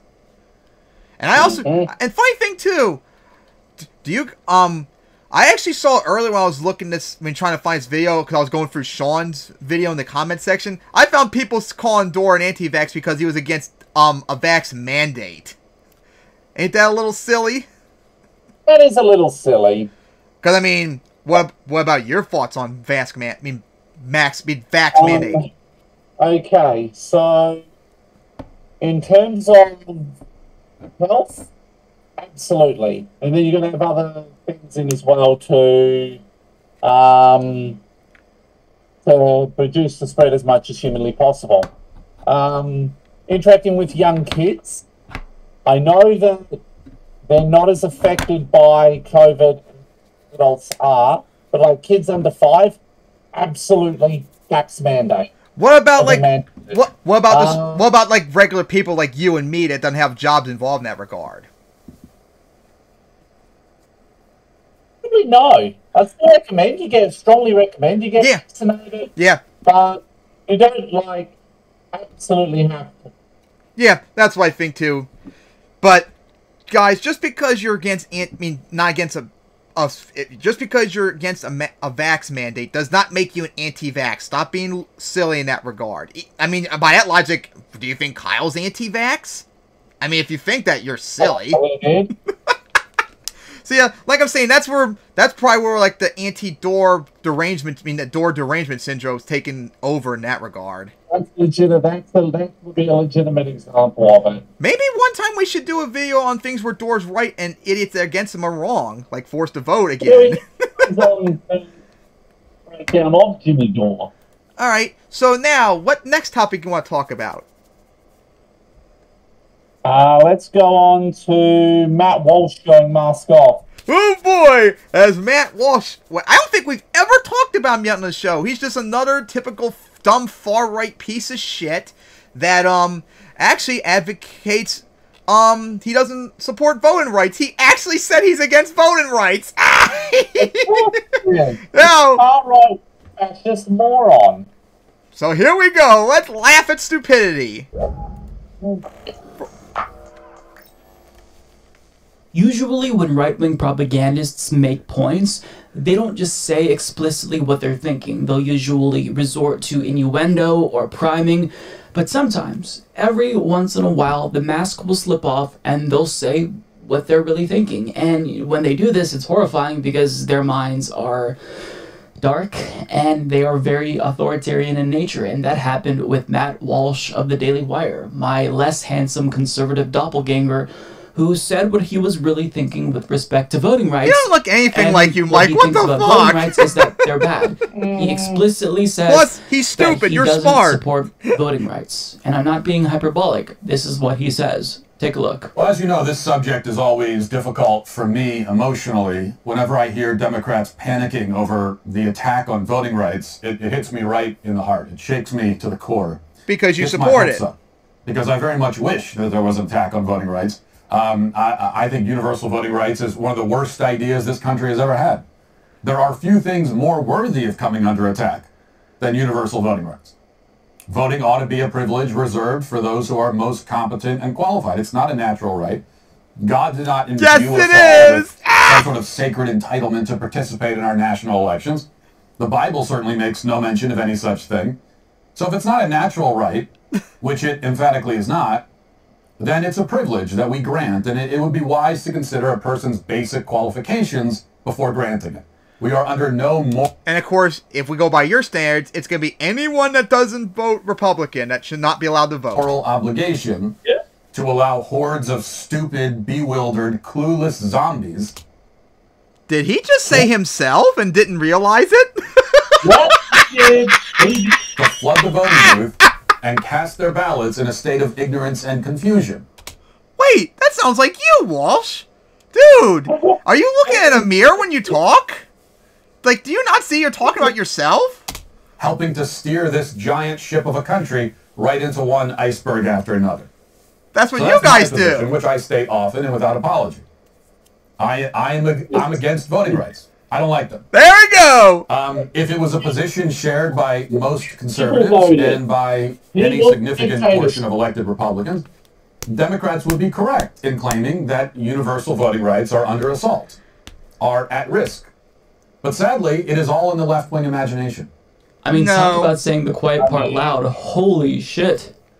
The only thing he left out was that he's pro-authoritarian explicitly, and when it comes to who he doesn't think is qualified to vote, we all know that he means people of color, because they consistently... Not just that, anyone that votes for Democrats, automatic no.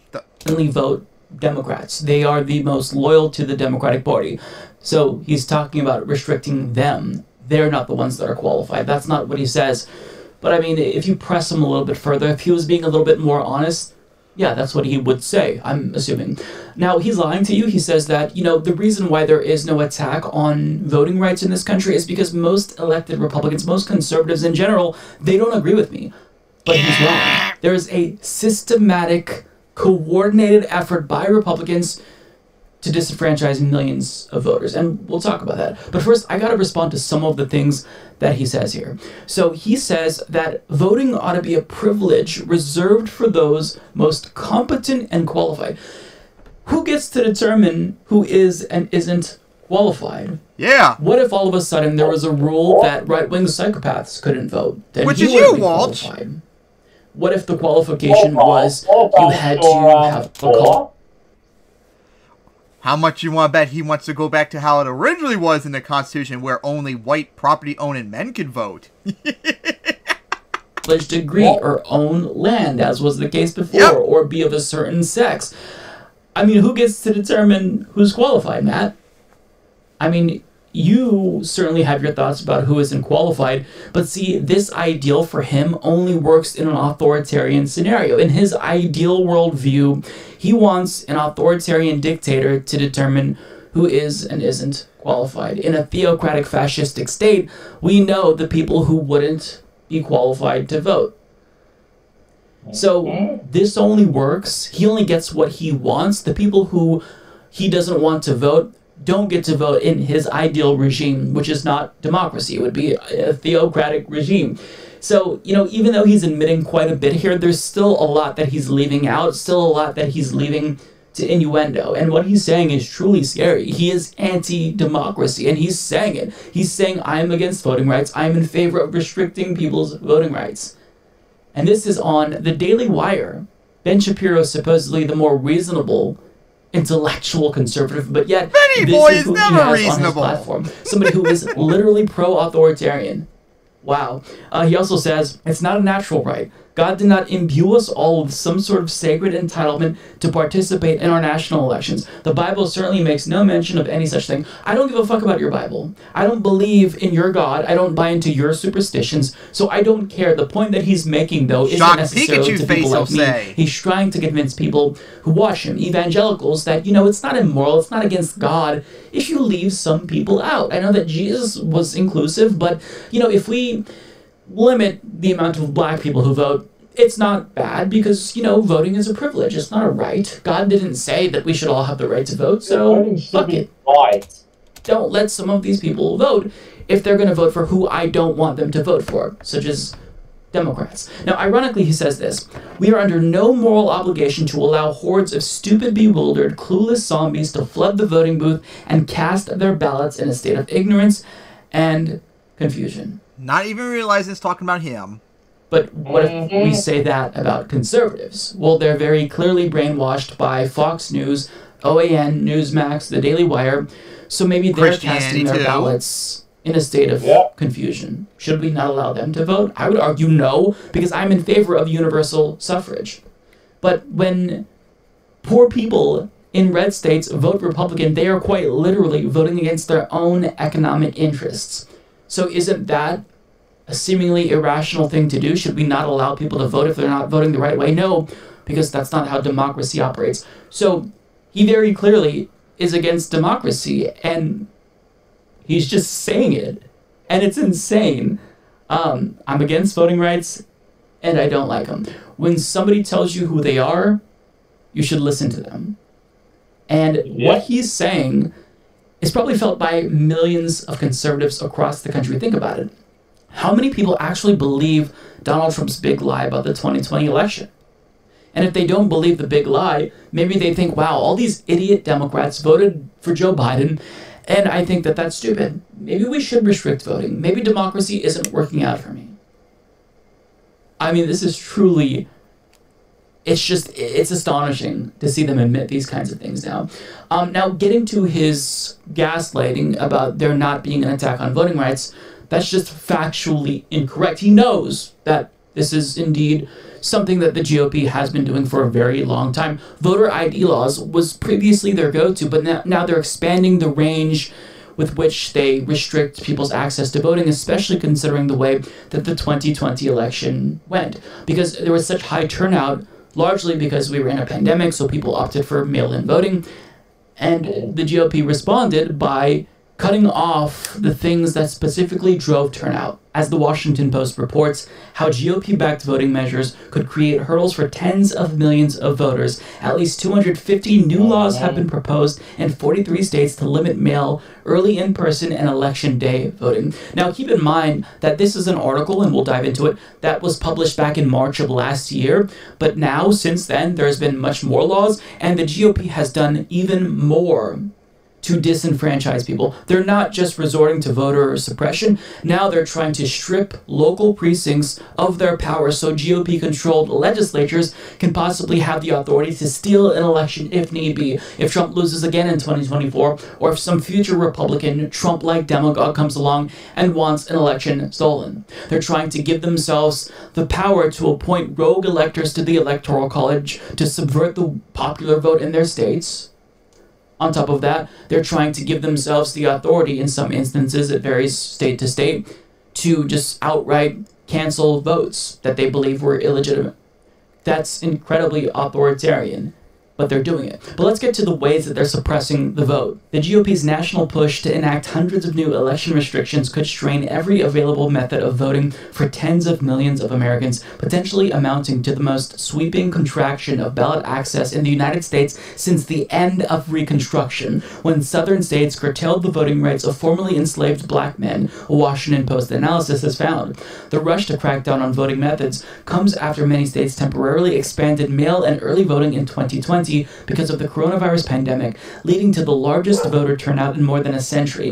The changes reshaped both who turned out and how they voted, with an astounding 116 million people, 73% of the electorate casting their ballots before Election Day, according to the Post's analysis. That's incredible. 73% of the election voted before the election day because of mail-in ballots. That's insane. So do you think it's a coincidence that Republicans are trying to limit the ways we can vote following an election where turnout was unusually high because access to voting became a little bit easier because we were in a pandemic? Do you think that that's just a coincidence? They're just all of a sudden really worried about election integrity and securing elections, and they're worried about voter fraud, which isn't a thing in the country. It's statistically insignificant. All Democrats to vote.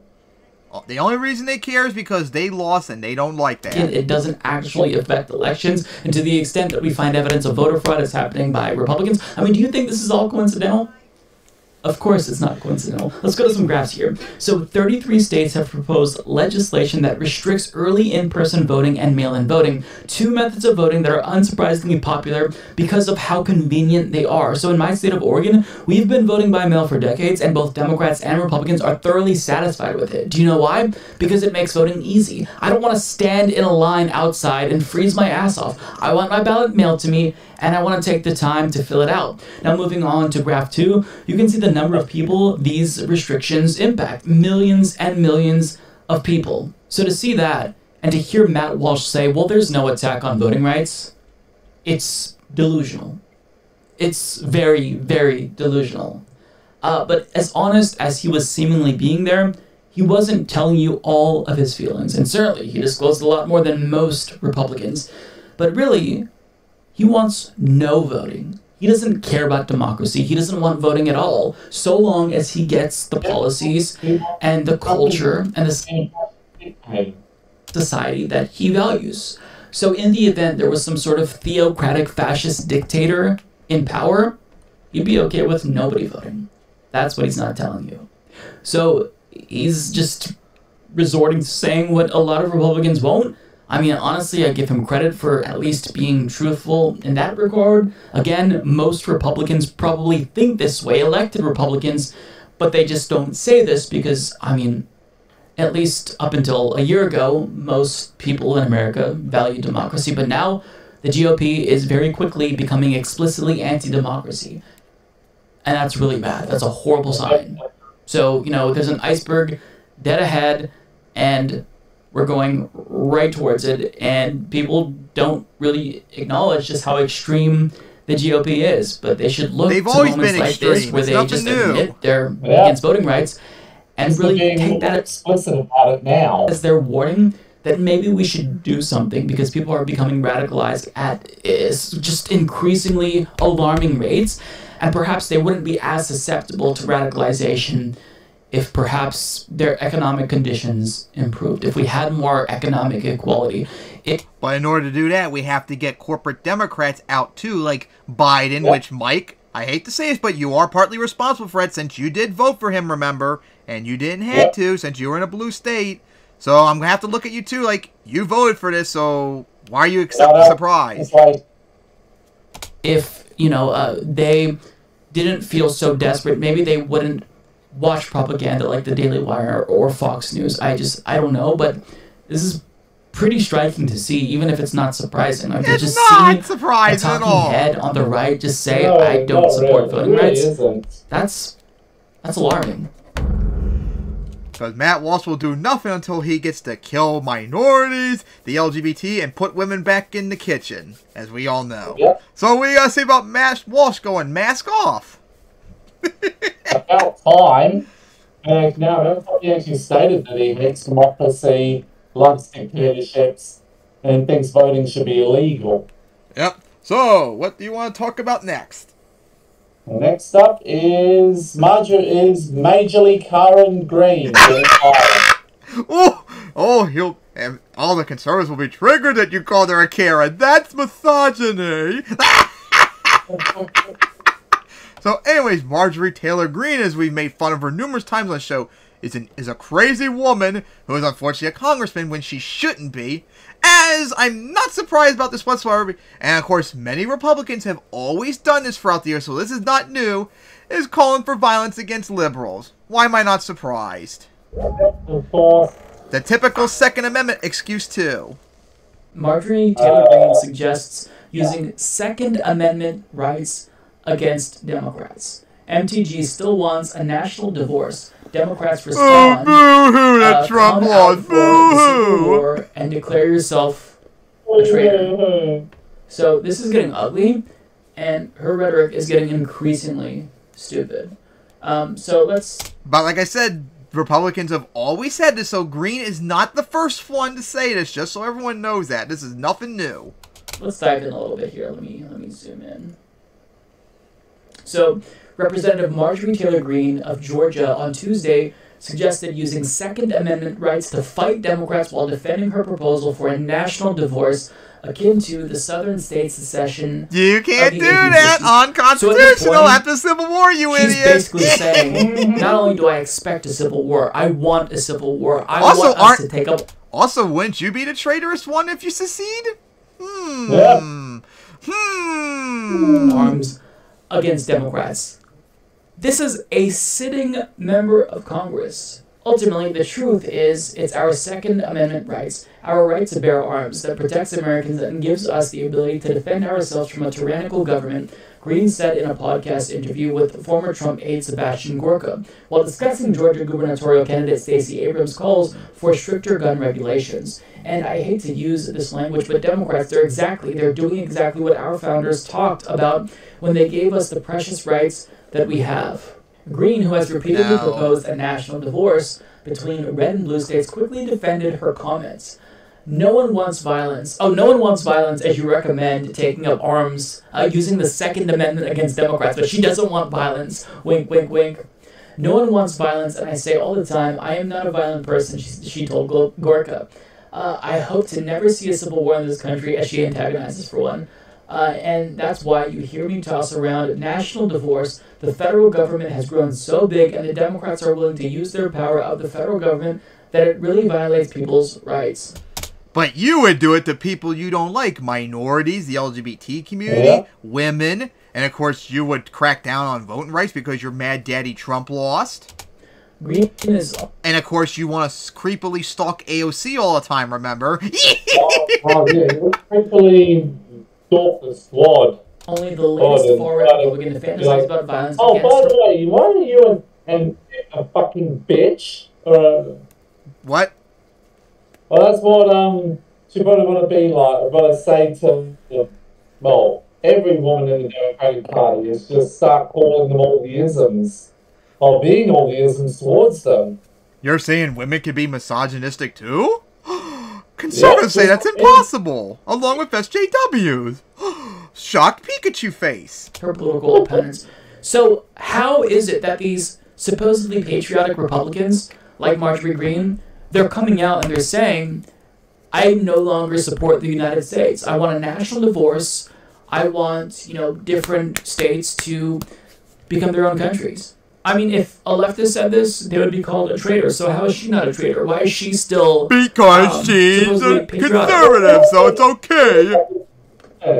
That's why. Matt Gaetz, during a rally with Greene last year, urged supporters to use their gun rights to fight government tyranny while stoking debunked election conspiracy theorists. This is so incredibly dangerous. More. We have a Second Amendment in this country, and I think we have an obligation to use it. So remember that guy at the Charlie Kirk event where he's like, hey, when are we going to start killing these Democrats? We actually even covered it, too. Echoing that same sentiment. Less responsible than a right-wing pundit like Charlie Kirk, who denounced that. It's just truly insane. Gaetz said, that moment when Crowder is more reasonable than you, that's pretty sad.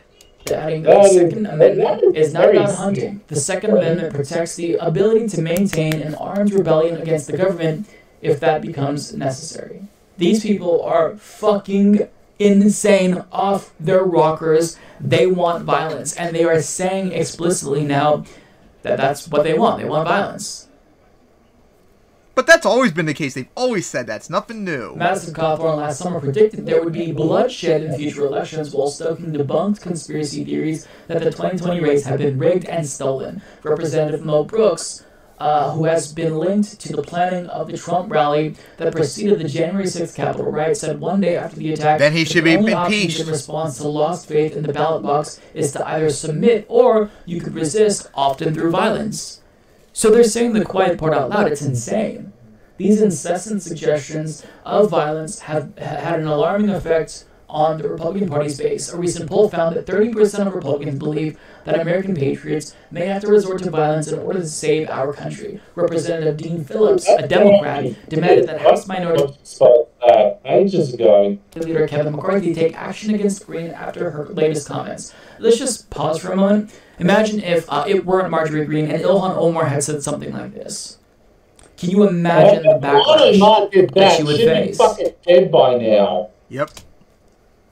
Republicans can say violence is good. We should do violence, and they get away with it. How crazy is that?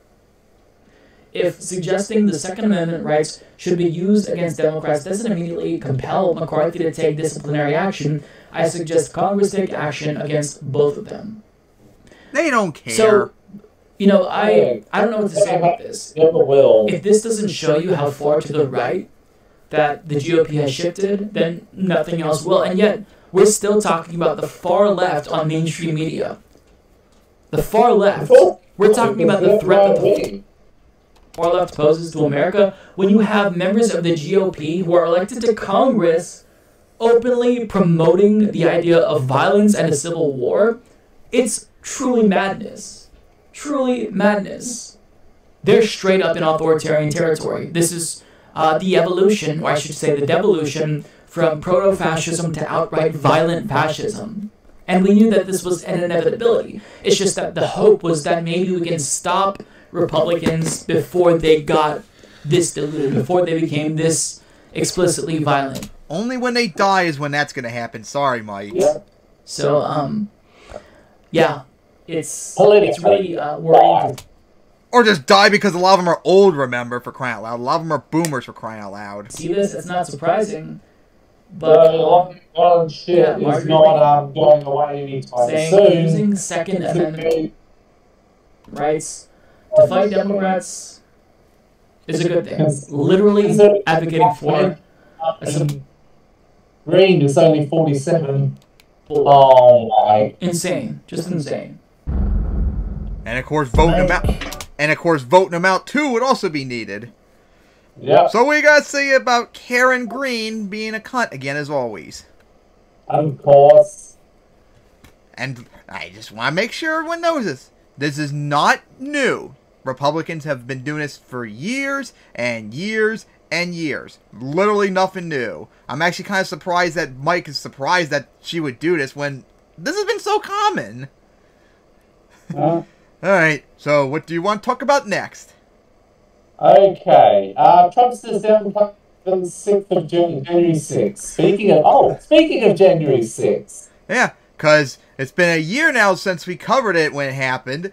And, of course, during the 1-year anniversary, I think it was mainstream media actually talked to Trumpsters about this. And, oh boy, the delusion is still strong. They still think Antifa and all of them are responsible for it.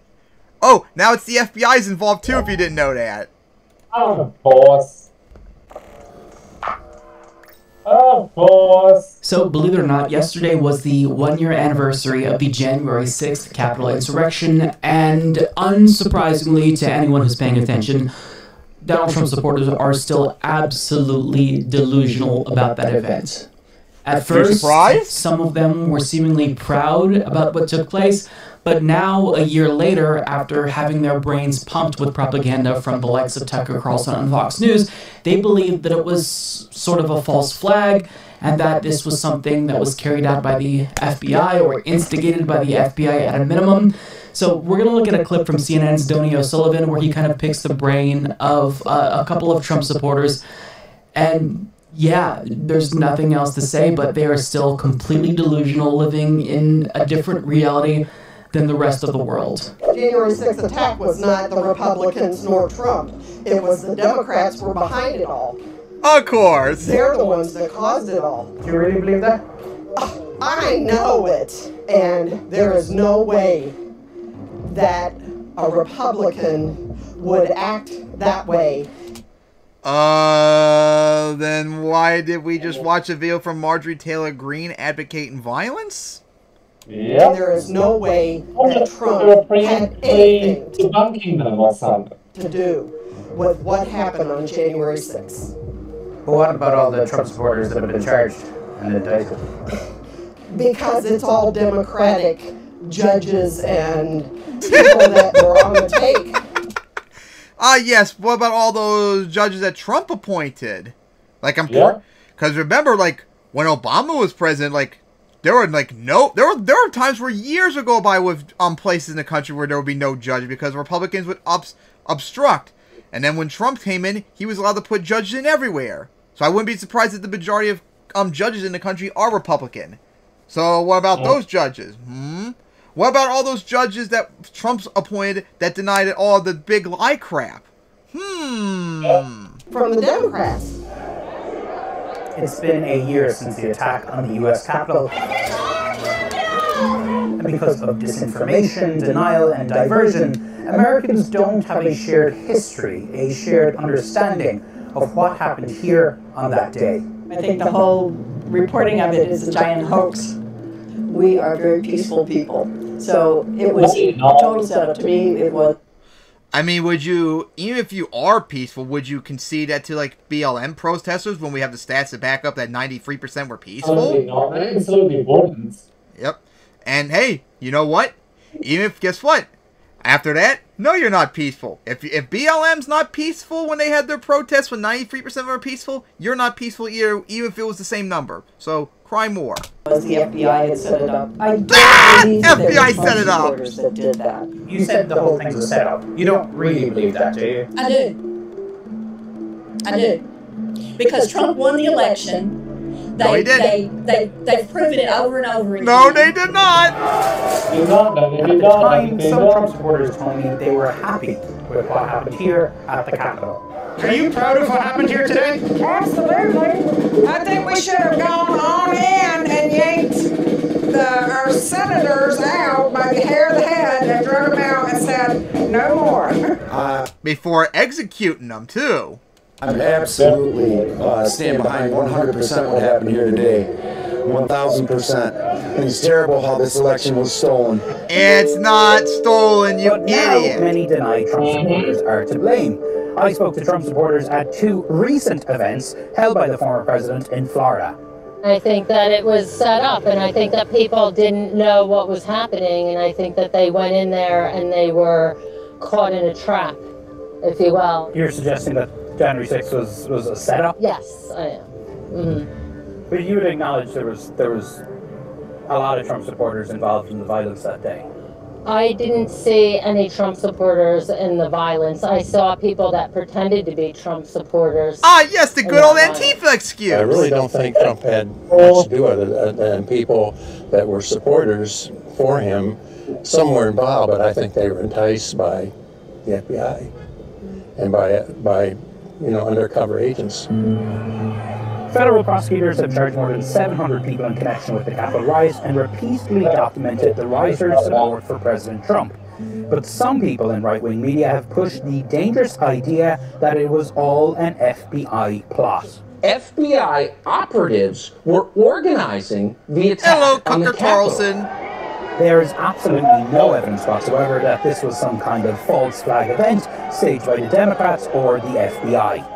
What would you say to people who say January 6th was the biggest attack on American democracy since the Civil War? Absolute rubbish. But amid all the denial and deflection, I met one Trump supporter who said it was important to be real about what happened on that day. What do you think of the Trump supporters that stormed the Capitol? Oh, God. You talk about misfound feelings. Seeing the folks from my side of the state that were there, and they're not the part of the campaign that we would like to have. Do you think some Trump supporters that say it's Antifa, it's Black Lives Matter, that they know that that's bullshit, but they just don't want to admit it's easier to blame someone else? Everyone is afraid to, take the blame. It's that simple. What really struck me is just how influential people like Tucker Carlson is. And it's not like I wasn't aware of the fact that he's very influential. I mean, this is the most popular cable news host in America. But he'll say something, and then all of the little drones will be in lockstep, and they'll all repeat the same talking points. It's as if they're a hive mind or something. But these people, it's sad almost, because they're not living in reality. They don't like what's presented in front of them, so rather than fighting through the cognitive dissonance and acknowledging just the bare minimum of what took place, they just reframe it in their head. They do revisionist history in their heads, and I mean, just like we still have Southern revisionists that still deny the Civil War was about slavery. Remember, that's almost 160 years, for crying out loud. I don't believe that any one of these folks are lying. I think they actually believe the bullshit that's coming out of their mouths. I mean, it'd be as if someone who wears glasses, but don't like wearing glasses because it's a pain in the ass. But I mean, imagine if because I don't like wearing glasses, I just said I don't wear glasses. Well, that's weird because you're wearing glasses. Well, no, I don't like wearing glasses, so these are headphones. But they don't have any of the characteristics of headphones. They're not covering your ears. They're over your eyes. They're very clearly glasses. But I don't like that. I don't like wearing glasses, therefore I do not wear glasses. These are not glasses. I mean, that's the level of insanity that we're dealing with here. They are denying empirical reality, and it's so unhealthy. Again, they're not lying. They're just believing the lies, believing their own delusions, which is bad, because if enough people just don't believe in empirical reality, then going forward, I don't know how we remain a country. So let's get to some of the specifics here. They kind of all said the same thing. A lot of them said that it was a setup. Now they kind of differ on what they mean by it being a setup. Maybe they think it was a false flag. Maybe they think that it was instigated by the FBI. Either way, like they just... They outright deny what was in front of them. One said, the January 6th attack was not the Republicans nor Trump. It was the Democrats were behind it all. They're the ones that caused it all. There's no way a Republican would act that way. Hey, she was so Karen, confident when she was saying this. Green. It's shocking to me. I don't know what to say. Seeing this... It's not surprising, but I still don't have words. I talked about a lot of these events that Donnie O'Sullivan and Status Quo attended back in, 2020 and early 2021. And I wasn't surprised, but still, I haven't been able to fully digest the fact that so many people are fucking delusional in the United States. And they're still delusional about it a year later, having time to reflect. The reporting on it was a giant hoax. We are very peaceful people, so it was a total setup to me. It was the FBI had set it up. I don't believe it was Trump supporters who did that. Another lady said it was a setup. One person said, I think that it was a setup, and I think that people didn't know what was happening, and I think that they went in there and were caught in a trap. I saw people that pretended to be Trump supporters, so Trump supporters could never, ever behave that way. It definitely wasn't us. My side would never do something like that. It's just... This is really frustrating. Honestly, watching this kind of made me feel hopeless because, you know, you can try to convince someone using reason and logic and arguments, but these folks are operating on a different plane than all of us. They're in a different dimension. Their reality is not the same as our reality. So I don't know how you get through to people like this. And Tony O'Sullivan said something really profound that I wanted to share.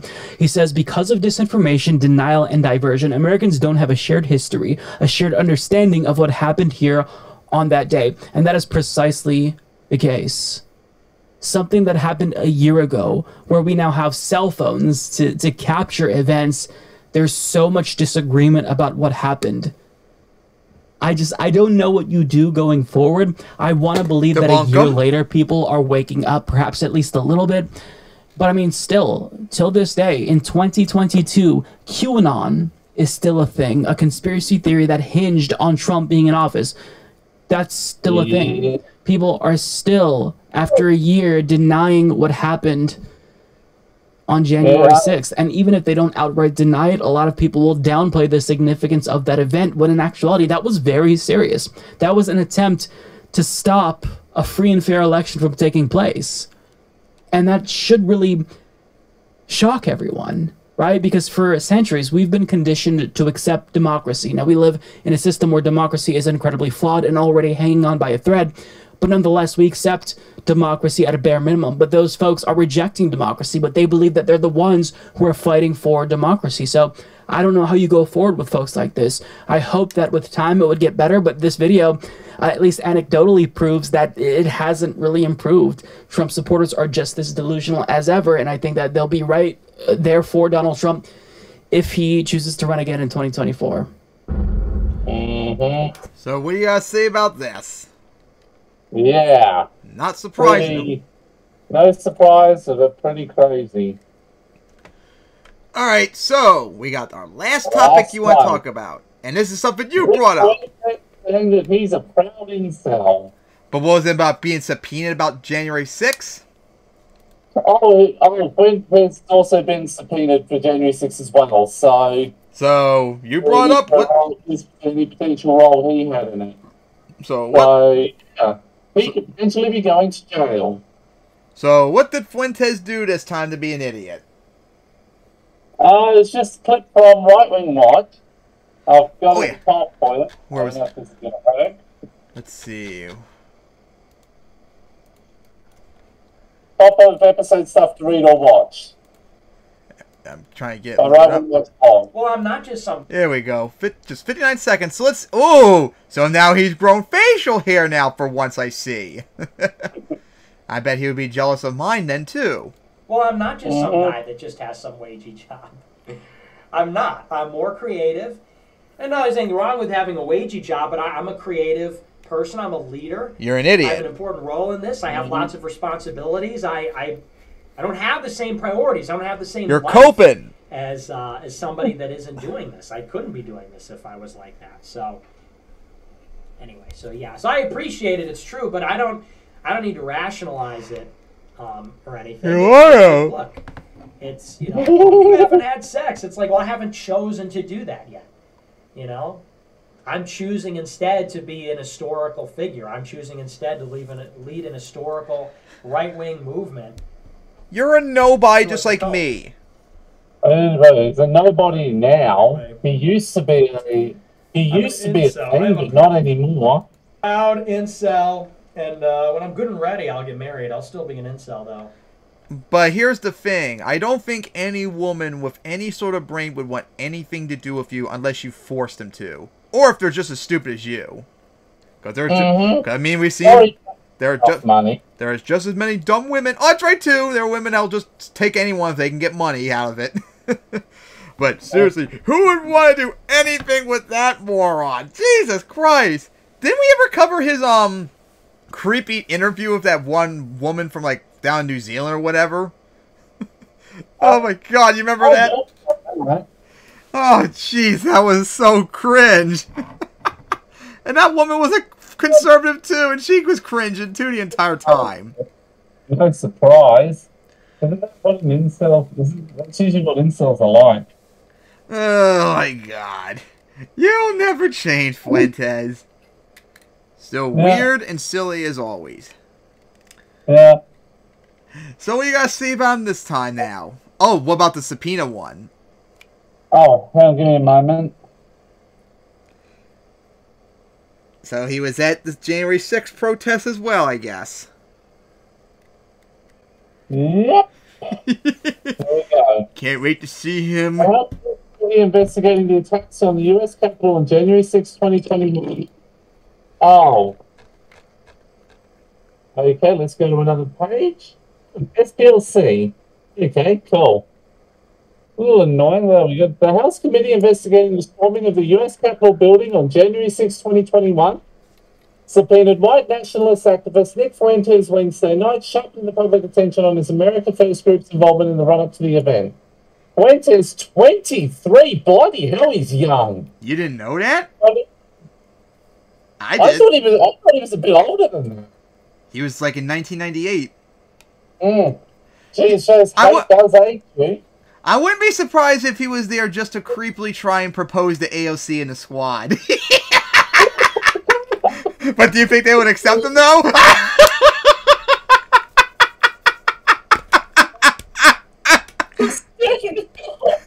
you imagine him doing that? That desperation. Of course, do you think they would accept, though?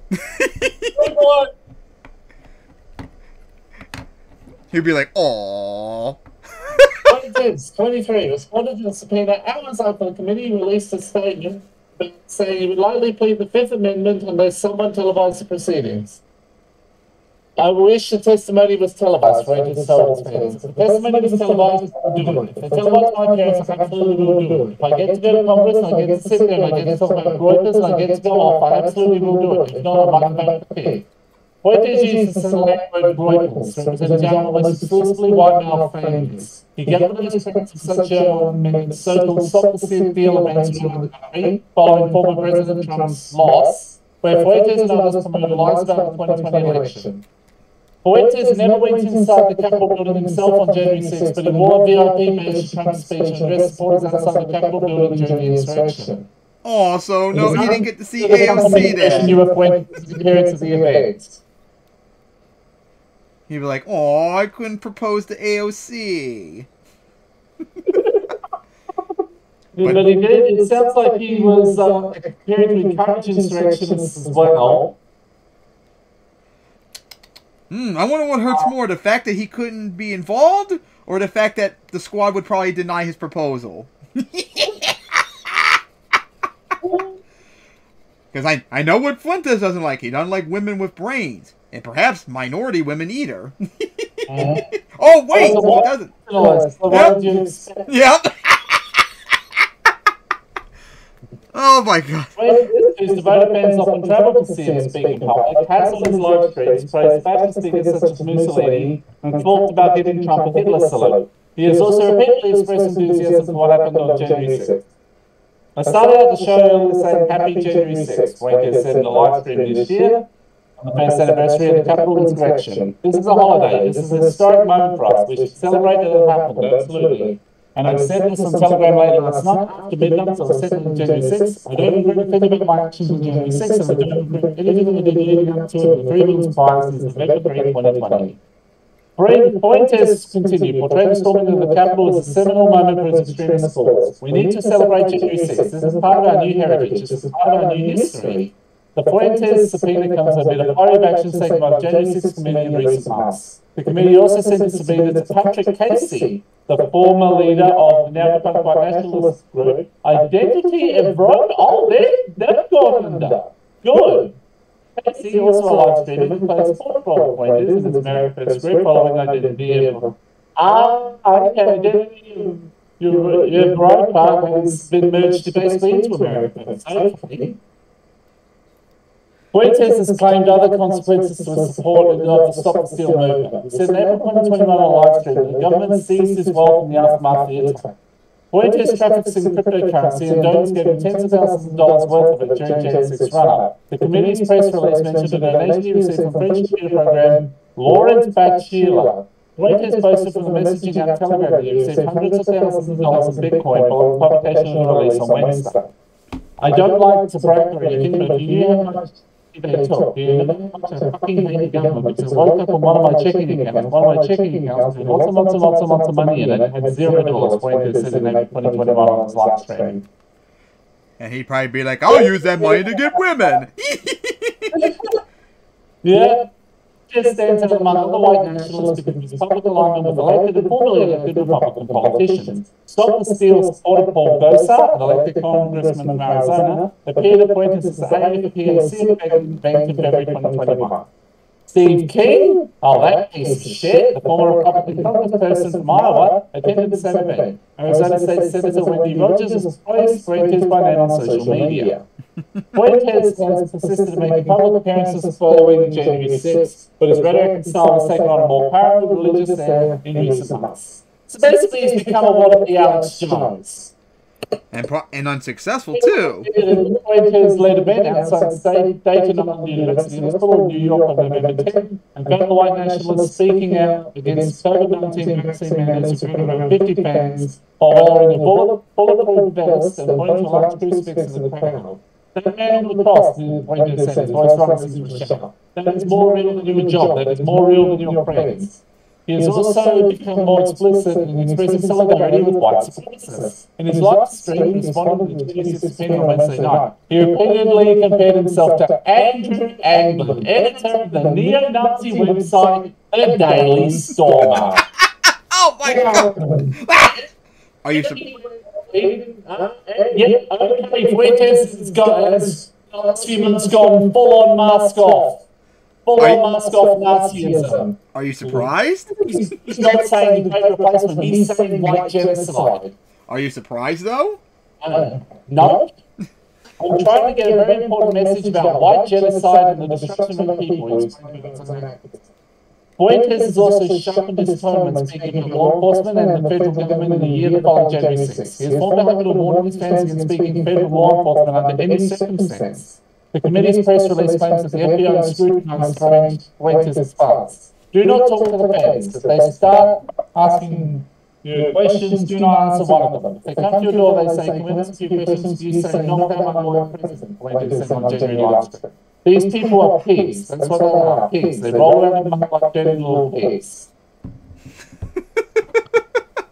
Wasn't it there listed that one Black Lives Matter rally where people, nominally Black Lives Matter aligned rally that said pigs in the wake of crime like bacon is going to lead to a cop genocide? Yep.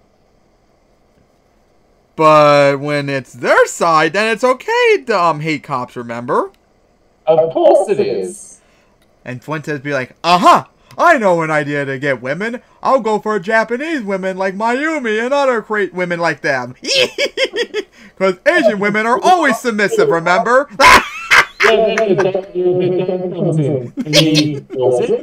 Scores his borders in, chops his head off, puts his head on a spike, chops up the rest of his body, cooks it and feeds it to a sumo wrestler. But do you think she would accept them, though? Definitely not. Aw, he'd be like, damn it, why can't I get any woman for God's sake? Mm-hmm. Maybe because they're smart enough to realize that you're a piece of shit? So, I'd like to see him try to weasel his way out of this one. With his weaselly voice and his fake mustache, probably, too. Alright, so anything you have to want to say about him? At least he admits he's an incel, as we all know, like Gavin. Oh, God. I think Gavin's a Fuentes wannabe. Well, he definitely tries to get women all the time, but fails massively. Yeah. And then he goes for private trucks. All right, so so anything left to say about Fuentes' dumbass? I don't think there really is. Other than he's an idiot and failed pickup person. He's probably one of those pickup artist fuckers. One thing we're definitely going to talk about next week. Ben Cedar and Jackson Hinkle are going to debate on, for my time at least, Australia Day. My time, but still. What's that about? I don't know yet. Well, I guess we'll have to wait and see on that. I just hope Cedar won't have a meltdown and rage quit like Walsh did. That'll be quite interesting, depending on the topic. All right, so I think we've talked. I think senseless.